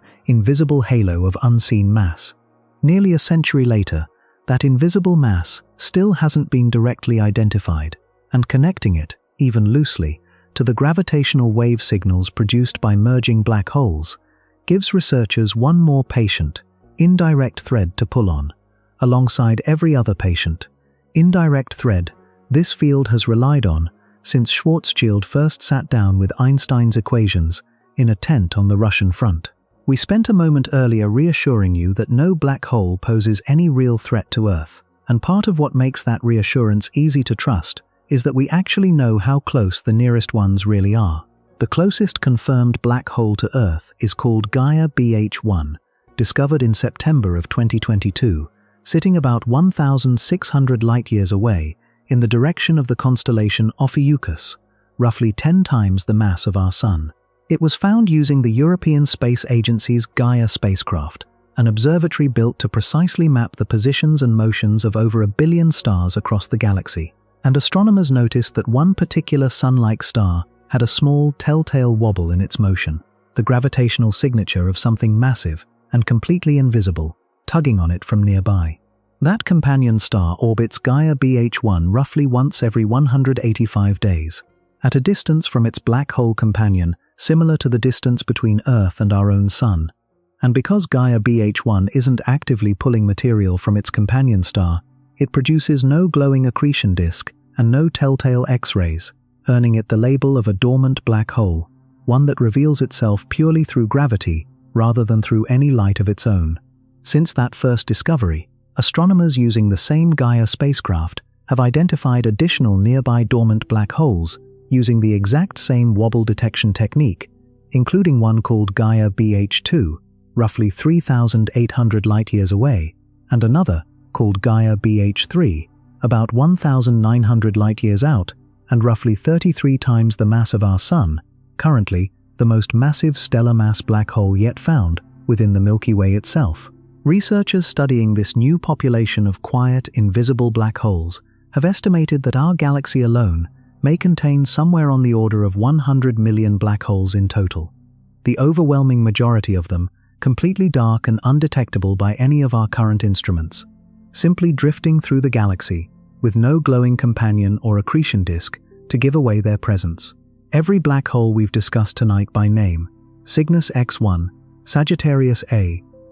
M87 star, TON 618, represents a tiny, bright exception to an otherwise vast, silent population, the loud, visible minority standing in for an overwhelming, quiet majority will likely spend decades still trying to properly count. That estimate keeps being revised too, since each new release of data from the Gaia spacecraft, precisely mapping the tiny gravitational wobbles of stars across the galaxy, tends to turn up a handful of new candidates, and researchers studying this population have said plainly that they expect to keep finding more of these quiet, dormant black holes, simply because the detection method itself is still relatively new, only made possible once Gaia's positional measurements grew precise enough to catch a wobble this subtle in the first place. Let's return one more time to that question of what it would actually feel like to fall toward one of these objects, because we can now describe it with a bit more texture than we did earlier, having spent this much time with the physics behind it. Picture approaching a supermassive black hole rather than a small stellar one, since we already established that the tidal forces near a supermassive black hole's horizon are gentle enough that spaghettification wouldn't happen immediately. From your own point of view, drifting closer, the accretion disk's glow would begin to warp and bend around you in increasingly strange ways. Gravitational lensing, pulling the light from stars behind the black hole into thin, stretched arcs, and even looping them entirely around the shadow at the center, so that in principle you could glimpse the back of the black hole's own silhouette wrapped around its front,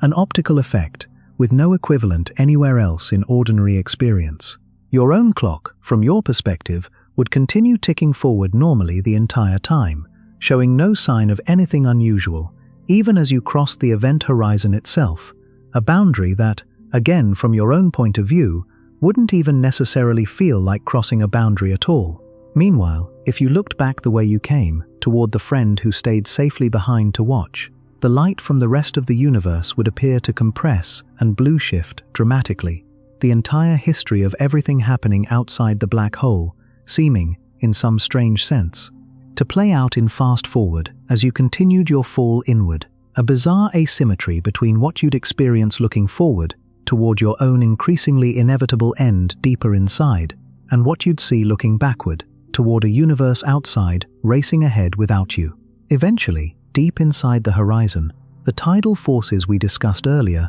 would finally catch up, growing stronger the closer you got to the singularity, until spaghettification did eventually occur, just later than it would have around a smaller, stellar mass black hole. None of this has ever been observed directly, of course, since nothing that crosses an event horizon can report back what it found. But every piece of this description follows directly from the same general relativity equations that have been tested and confirmed, piece by piece, across every discovery we've walked through tonight. It's worth closing out our look at direct imaging by mentioning where the Event Horizon Telescope collaboration hopes to take the technique next, since the two images we've spent so much time with tonight, M87 Star in 2019 and Sagittarius A in 2022, are really just single, still snapshots of objects that are, in reality, constantly changing. In particular seems to flicker and shift on timescales of just minutes, its glowing accretion disk rotating and rearranging itself far faster than most of the technique's original observing runs were designed to capture cleanly, which is part of why researchers have spoken openly about wanting to eventually produce not just a single photograph, but something closer to a short film, a genuine, dynamic movie of matter actually swirling and orbiting around a black hole's shadow in real time. Achieving that kind of dynamic imaging means adding more telescopes to the global array, improving the sensitivity of each individual dish, and refining the software used to stitch everything together, incremental, patient engineering work that mirrors the same kind of slow, decades-long persistence we've seen throughout this entire story. From Schwarzschild's wartime calculation, to Genzel and Gez's decade-and-a-half of star tracking, to the ongoing, still unsettled debate over what exactly GW250114's direct wave signal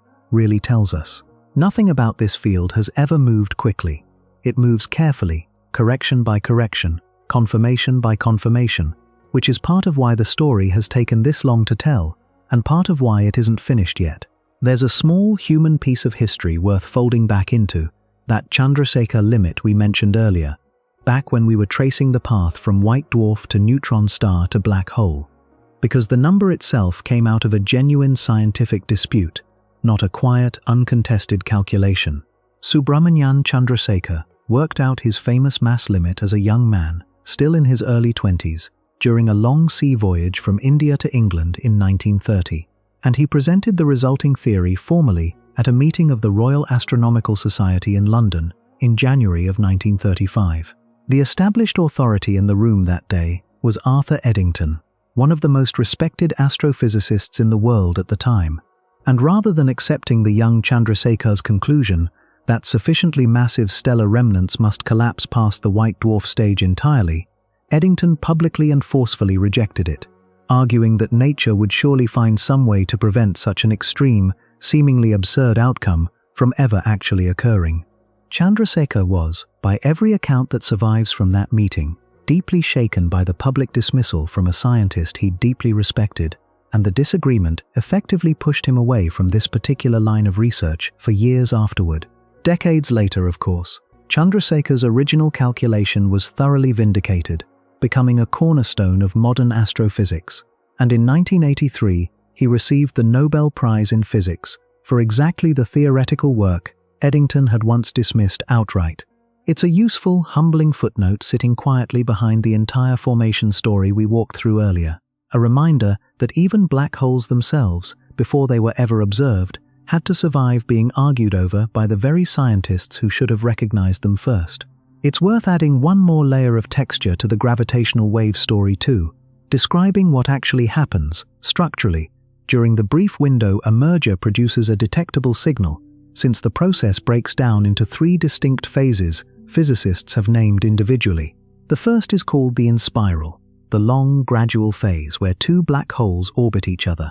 drawing closer together over time as the whole system slowly loses energy to gravitational radiation, producing a signal that rises steadily in both frequency and amplitude, the rising portion of that chirp sound we described earlier. The second is the merger itself, the brief, violent instant where the two black holes actually collide and combine into one, producing the peak, loudest portion of the detected signal over in a fraction of a second. The third and final phase is called the ring-down, where the newly merged, single black hole settles into its final, stable shape, vibrating briefly like a struck bell, before quieting down into the calm, simple, three-number description the no-hair theorem predicts it should eventually reach. That ring-down phase is precisely where researchers looked when analyzing GW250114 for signs of a direct wave signature, since it's the portion of the signal most directly shaped by the physics happening immediately around the newly formed event horizon,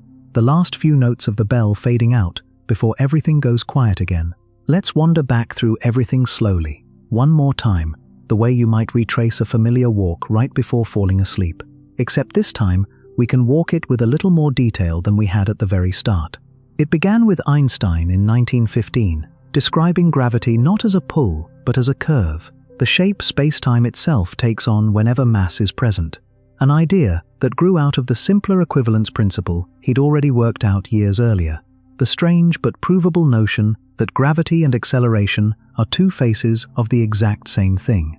It moved to Karl Schwarzschild, writing equations from a war-torn front line in 1916, describing an object so dense that light itself couldn't climb back out of it. A man who mailed his solution home from the trenches and died of illness barely a year later, never living to see his own name attached to the very boundary he'd first described on paper. It carried us through decades of quiet disbelief, an era where even Einstein himself doubted his own equations were describing something nature would actually allow to exist, until John Wheeler's 1967 lecture finally gave the object a name simple enough to stick: black hole, a phrase that spread from physics journals into everyday language almost overnight. It touched on the slow, careful mathematical proof Roger Penrose completed in 1965, showing that black hole formation wasn't some rare exception, but a near unavoidable consequence of collapsing mass, work that combined with Hawking's own extensions of the same technique to become the Penrose-Hawking singularity theorems. It moved through 1970, and the first real observational evidence, Cygnus X-1, caught by a small orbiting satellite, and the friendly, good-natured wager Hawking made over that very object with his friend Kip Thorne, conceded years later once the evidence became impossible to argue with. It carried us through Hawking's own strange, quiet proposal in 1974 that black holes leak, ever so slightly, building on Jacob Bekenstein's earlier insight that these objects should be treated as having genuine thermodynamic properties, an idea laboratories are still testing today using fiber optic analogs more than 50 years later. We paused along the way for the older, human history behind some of this physics too, Subrahmanyan Chandrasekhar working out his mass limit during a long sea voyage in 1930, only to be publicly dismissed by Arthur Eddington 5 years later, a rejection vindicated decades afterward by a Nobel Prize of his own. We touched on Russell Hulse and Joseph Taylor, tracking a slowly shrinking binary pulsar orbit through the 1970s, gathering the first indirect evidence that gravitational waves were real, years before any instrument on Earth could detect them directly. It brought us to 2019 and the first photograph of a black hole's shadow, M87 star, glowing faintly orange around a dark, silent center, assembled from data shipped physically across the globe, on hard drives, and combined through years of careful, independent cross-checking. It brought us to 2020, and a Nobel Prize finally awarded for black hole research itself, honoring Penrose's decades-old proof alongside Genzel and Gez's own 15 years spent quietly tracking the same handful of stars near our galaxy's center, two competing teams on two different continents, converging independently on the exact same invisible, massive answer. It brought us to 2022, when that same imaging technique turned inward and gave us our first look at Sagittarius A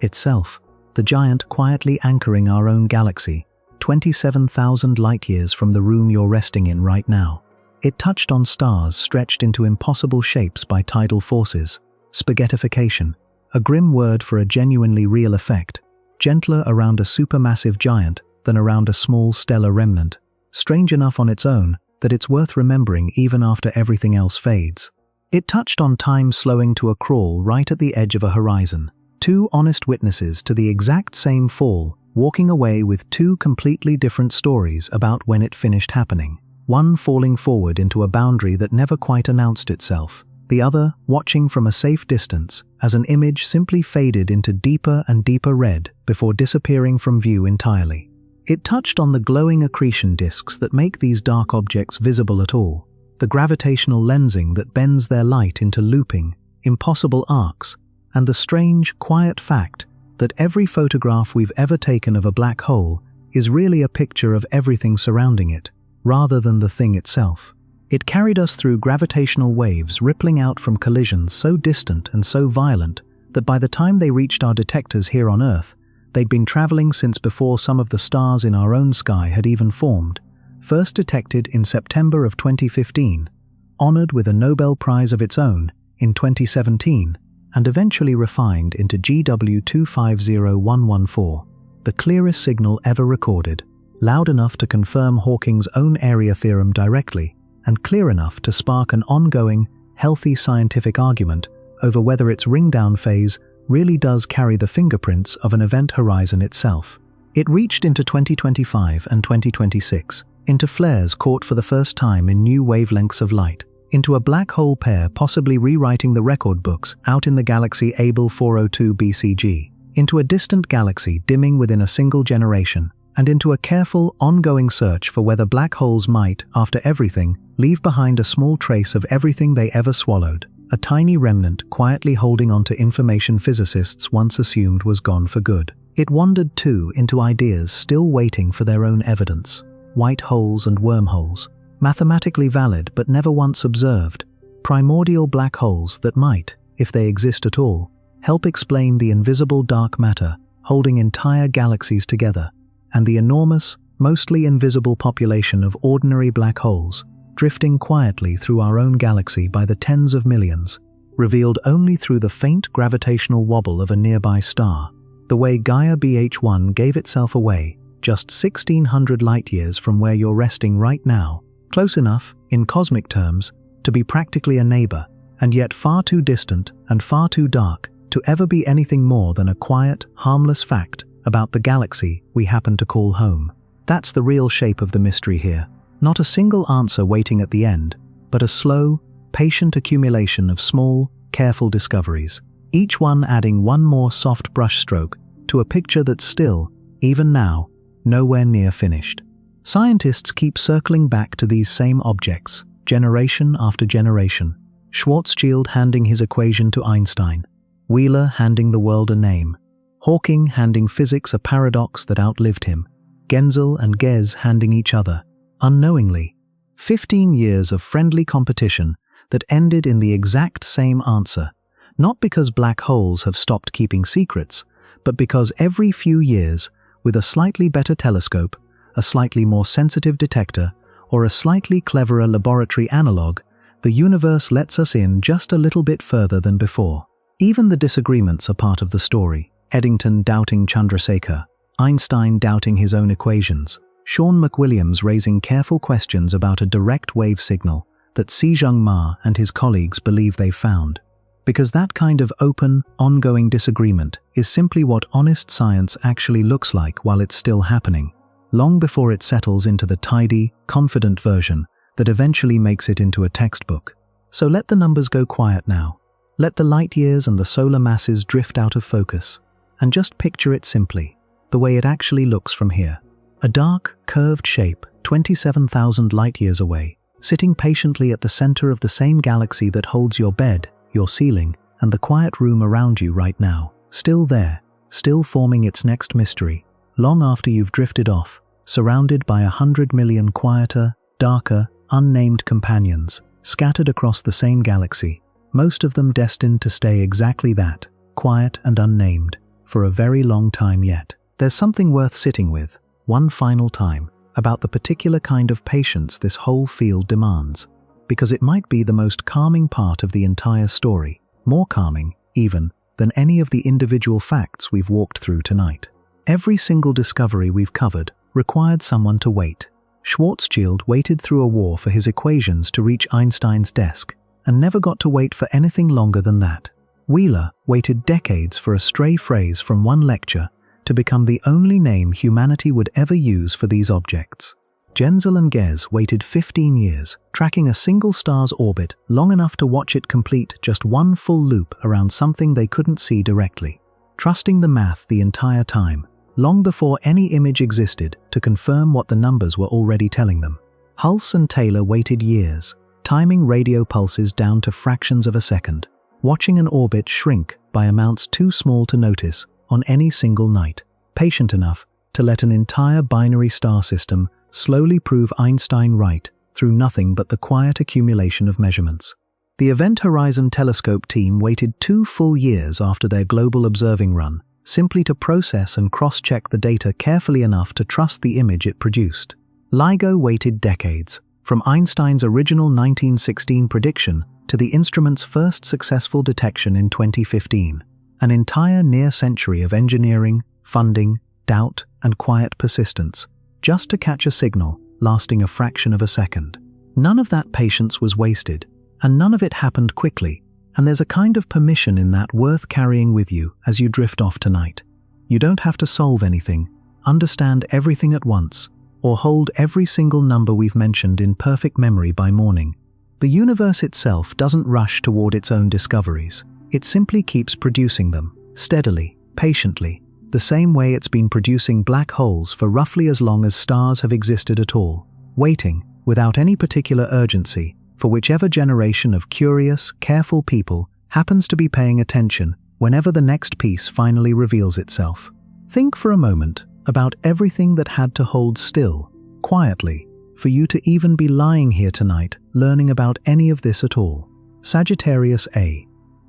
Light left its region of space back during the last ice age and simply kept traveling, patiently, undisturbed, for 27,000 years, arriving finally into a world with telescopes built specifically to receive it. GW 250114 spent more than 1 billion years crossing the universe, as nothing more than an impossibly faint ripple in the fabric of space-time itself, passing through empty space, through other galaxies, through clouds of dust and drifting stars, disturbed by nothing, weakened by nothing, simply waiting for 2 mirrors on Earth, held impossibly still, to finally notice it had arrived. Even Gaia BH1, the closest black hole we know of, sitting a mere 1,600 light-years away, has been quietly orbiting its companion star for far longer than human civilization has existed to notice it at all. Indifferent, patient, entirely unaware that anyone was ever going to look. There's a strange kind of comfort tucked inside that indifference, if you let yourself sit with it for a moment. Black holes don't reach out, they don't seek anything, they simply exist, following the exact same gravitational rules as everything else in the universe, taken to their most extreme possible conclusion, and they wait, in near total silence, for light, gas, stars, or occasionally an extremely patient team of astronomers to come close enough to notice. Everything about them that seems dramatic from a distance, the spaghettification, the frozen, reddening light at the horizon, the violent, glowing accretion disks, the ring-down vibrating briefly like a struck bell before falling silent again, is really just physics unfolding at its own unhurried pace, indifferent to whether anyone happens to be watching. That's not a bad way to think about rest either, if it helps tonight. You don't need to force anything to happen. You don't need to solve the information paradox before you're allowed to close your eyes. You don't need to remember whether TON 618 was 66 billion solar masses. or whether it was Abel 402 BCG's black hole pair that carried that particular figure. The details can drift, loosely, the way starlight drifts across a curved and empty sky, bending gently around whatever gravity happens to be nearby, arriving eventually, gently, wherever it was always going to end up. Picture, one more time, that image of M87 star, the very first photograph of a black hole ever taken, a soft, uneven ring of orange light wrapped gently around a dark, quiet center. It took a global network of telescopes, perfectly synchronized across an entire planet, 2 full years of careful, independent verification, and more than a century of theoretical groundwork, stretching all the way back to a soldier's calculation on the Russian front, just to produce that single, still frame. And now picture Sagittarius A, its own softer, closer echo of that same image, glowing faintly at the center of the same galaxy, holding your ceiling, your window, and whatever quiet sound is filling the room around you right now.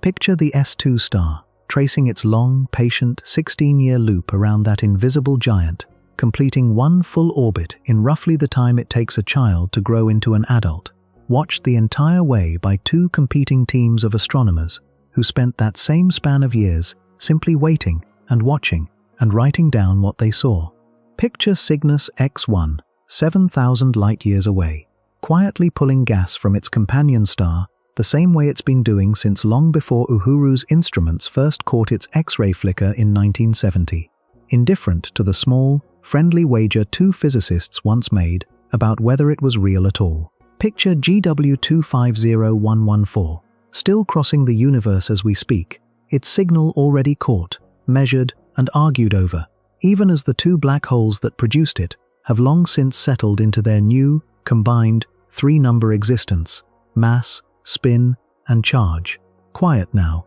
its own brief, violent ring-down faded away into permanent silence, somewhere out past 1 billion light-years of empty, patient space. And picture, if it helps you settle further, the sheer, gentle strangeness of everything sitting quietly, unresolved, still waiting for its next answer. Whether TON 618 truly holds 66 billion solar masses, or whether Abel 402 BCG's black hole pair will end up the heavier record holder once further observations come in, whether Sagittarius A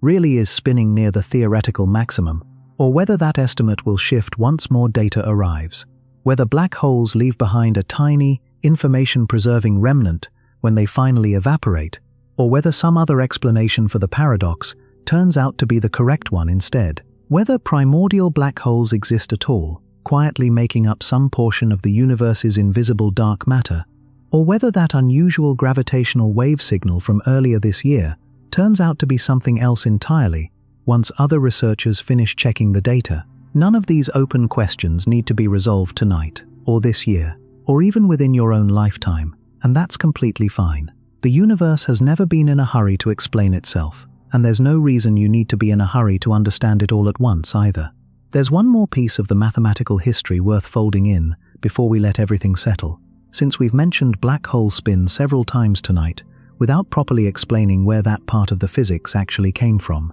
Schwarzschild's original 1916 solution only described the simplest possible case: a black hole with no rotation and no electric charge, sitting perfectly still in space. Real black holes, formed from collapsing, spinning stars, or built up gradually through mergers, the way we discussed with GW250114, almost certainly rotate, often quite rapidly, and Schwarzschild's equations alone couldn't describe that. It took nearly 50 years for anyone to solve the more complicated, rotating version of the problem, until a New Zealand mathematician named Roy Kerr finally worked out the exact solution in 1963, now known as the Kerr metric, describing a spinning black hole's geometry in full. The Kerr solution predicts some genuinely strange additional features that a non-rotating black hole simply doesn't have, including a region just outside the event horizon called the ergosphere, where space-time itself gets dragged around in the direction of the black hole's spin so forcefully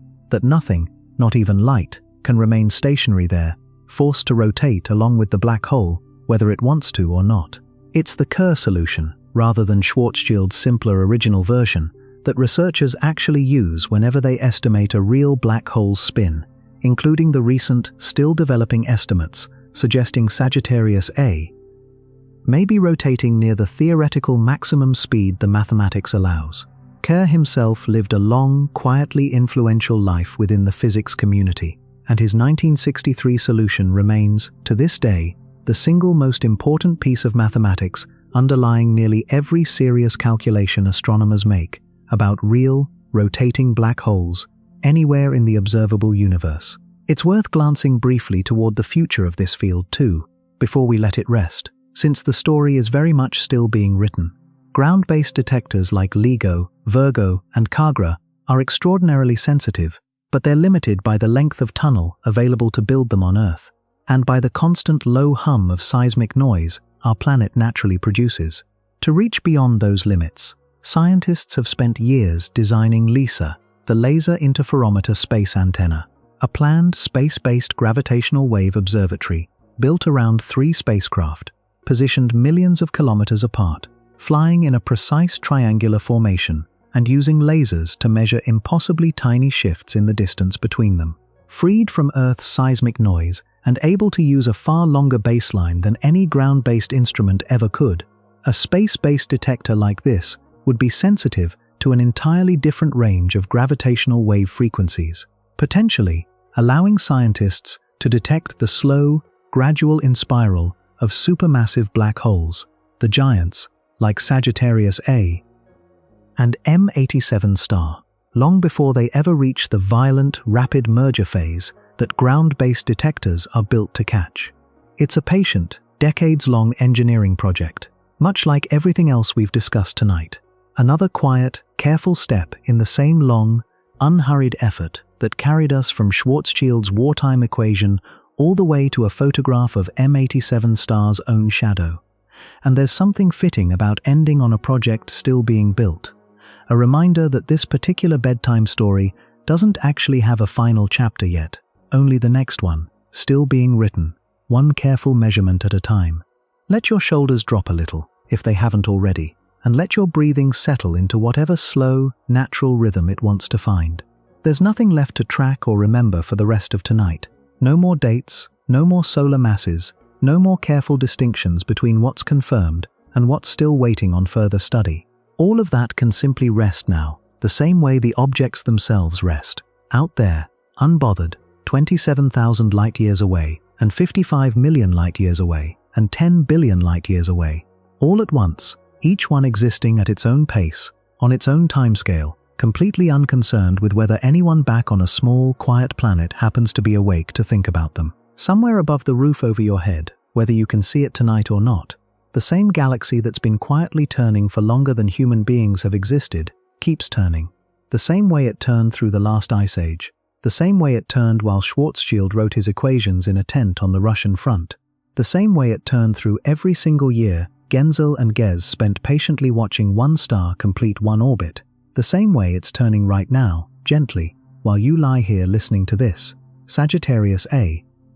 sits at the center of all of that turning, holding the whole galaxy loosely together the way it always has. The same quiet, dark anchor it's always been, long before anyone gave it a name, long before anyone photographed its shadow, and long after whichever generation eventually solves the last of its remaining mysteries. There's no need to hold on to any of the specific numbers as you drift off. The 4.3 million solar masses, the 27,000 light-years, the 1,600 light-years to Gaia BH1, the 390 confirmed gravitational wave detections sitting in a catalogue somewhere, being quietly updated every 6 months by researchers who will keep doing this patient work whether or not you happen to remember any of it by morning. What matters, if anything does, is simply the shape of the whole story. 100 years of careful, patient people, working slowly, sometimes doubting their own equations, sometimes disagreeing with each other, sometimes waiting 15 years for a single orbit to complete, all of them circling the same basic, quiet mystery.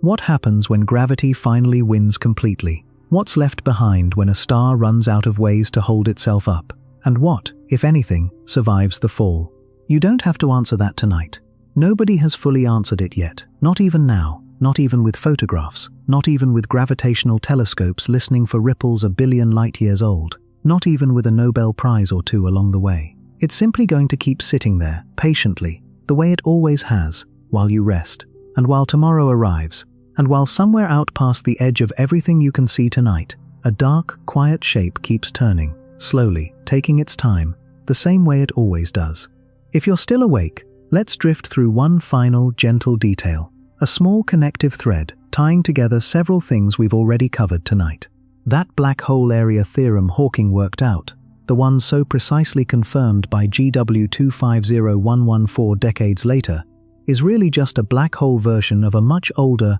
broader law in physics called the second law of thermodynamics, the rule stating that entropy, that same rough measure of disorder Jacob Bekenstein first linked to black holes, can never decrease in a closed system, only stay the same, or increase over time. It's part of why Hawking and Bekenstein's early work together felt so satisfying to other physicists once it was properly worked out, because it meant black holes weren't some strange, separate exception sitting outside the normal laws governing heat, energy, and disorder everywhere else in the universe. They were simply an extreme, gravitationally warped expression of the exact same rules already governing a cooling cup of tea, a melting ice cube, or the slow, gradual dispersal of any concentrated bit of order given enough time to spread itself thin. Even something as violent and dramatic as two black holes colliding, producing a gravitational wave loud enough to ripple across 1 billion light-years of space, turns out,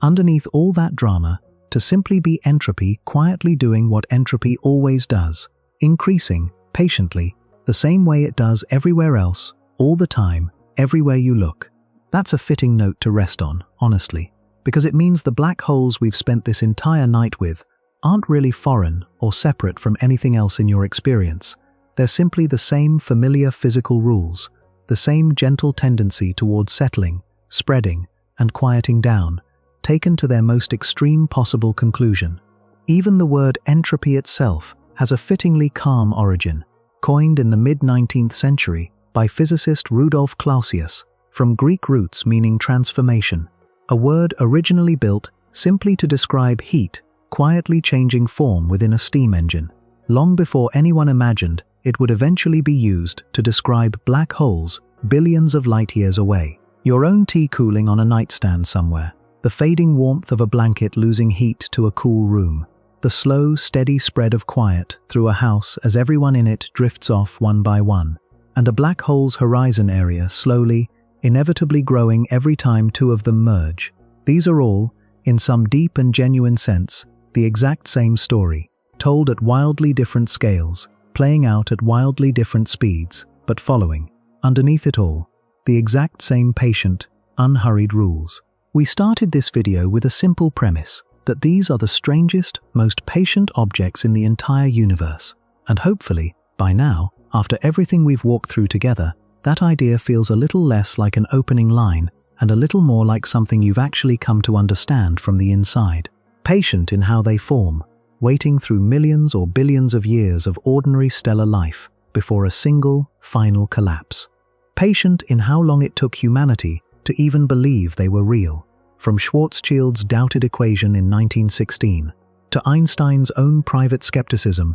to Wheeler's borrowed phrase, finally sticking in 1967. Patient in how long it took to actually see one, more than a century after the mathematics first predicted they should exist, and patient still, in every open question we've left sitting quietly on the table tonight, the exact mass of Ton 618, the true spin of Sagittarius A, the fate of information swallowed and perhaps never fully lost, the reality or unreality of primordial black holes, hiding somewhere in the dark matter, holding every galaxy together. None of that patience is going anywhere.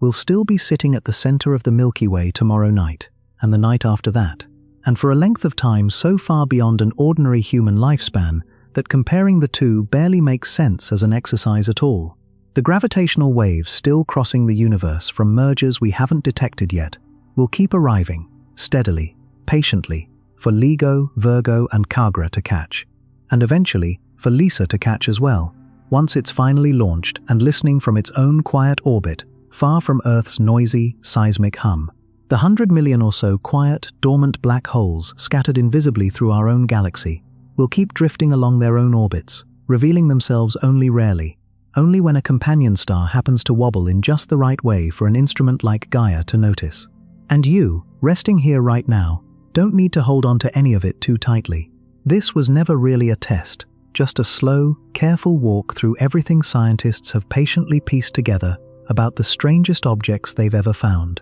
offered gently enough, hopefully, to help carry you the rest of the way towards sleep, rather than keep you up turning any of it over. If any of tonight's mysteries are still sitting with you as your eyes finally close, that's all right too. They'll still be there tomorrow, unresolved, unhurried, waiting the same patient way they've been waiting for over a century already, for the next careful person to come along and look a little closer. Thank you for spending this quiet stretch of time with the black holes tonight, drifting from Einstein's curved spacetime all the way out to Abell 402 BCG's possible record-breaking pair, and back again to a small, dormant black hole sitting 1,600 light-years from the room you're resting in right now. If this was the kind of calm you were looking for, there's a lot more of it waiting for you. So go ahead and rest easy. Let the rest of tonight be as quiet and unhurried as everything we've just spent this time with, and we'll see you in the next one.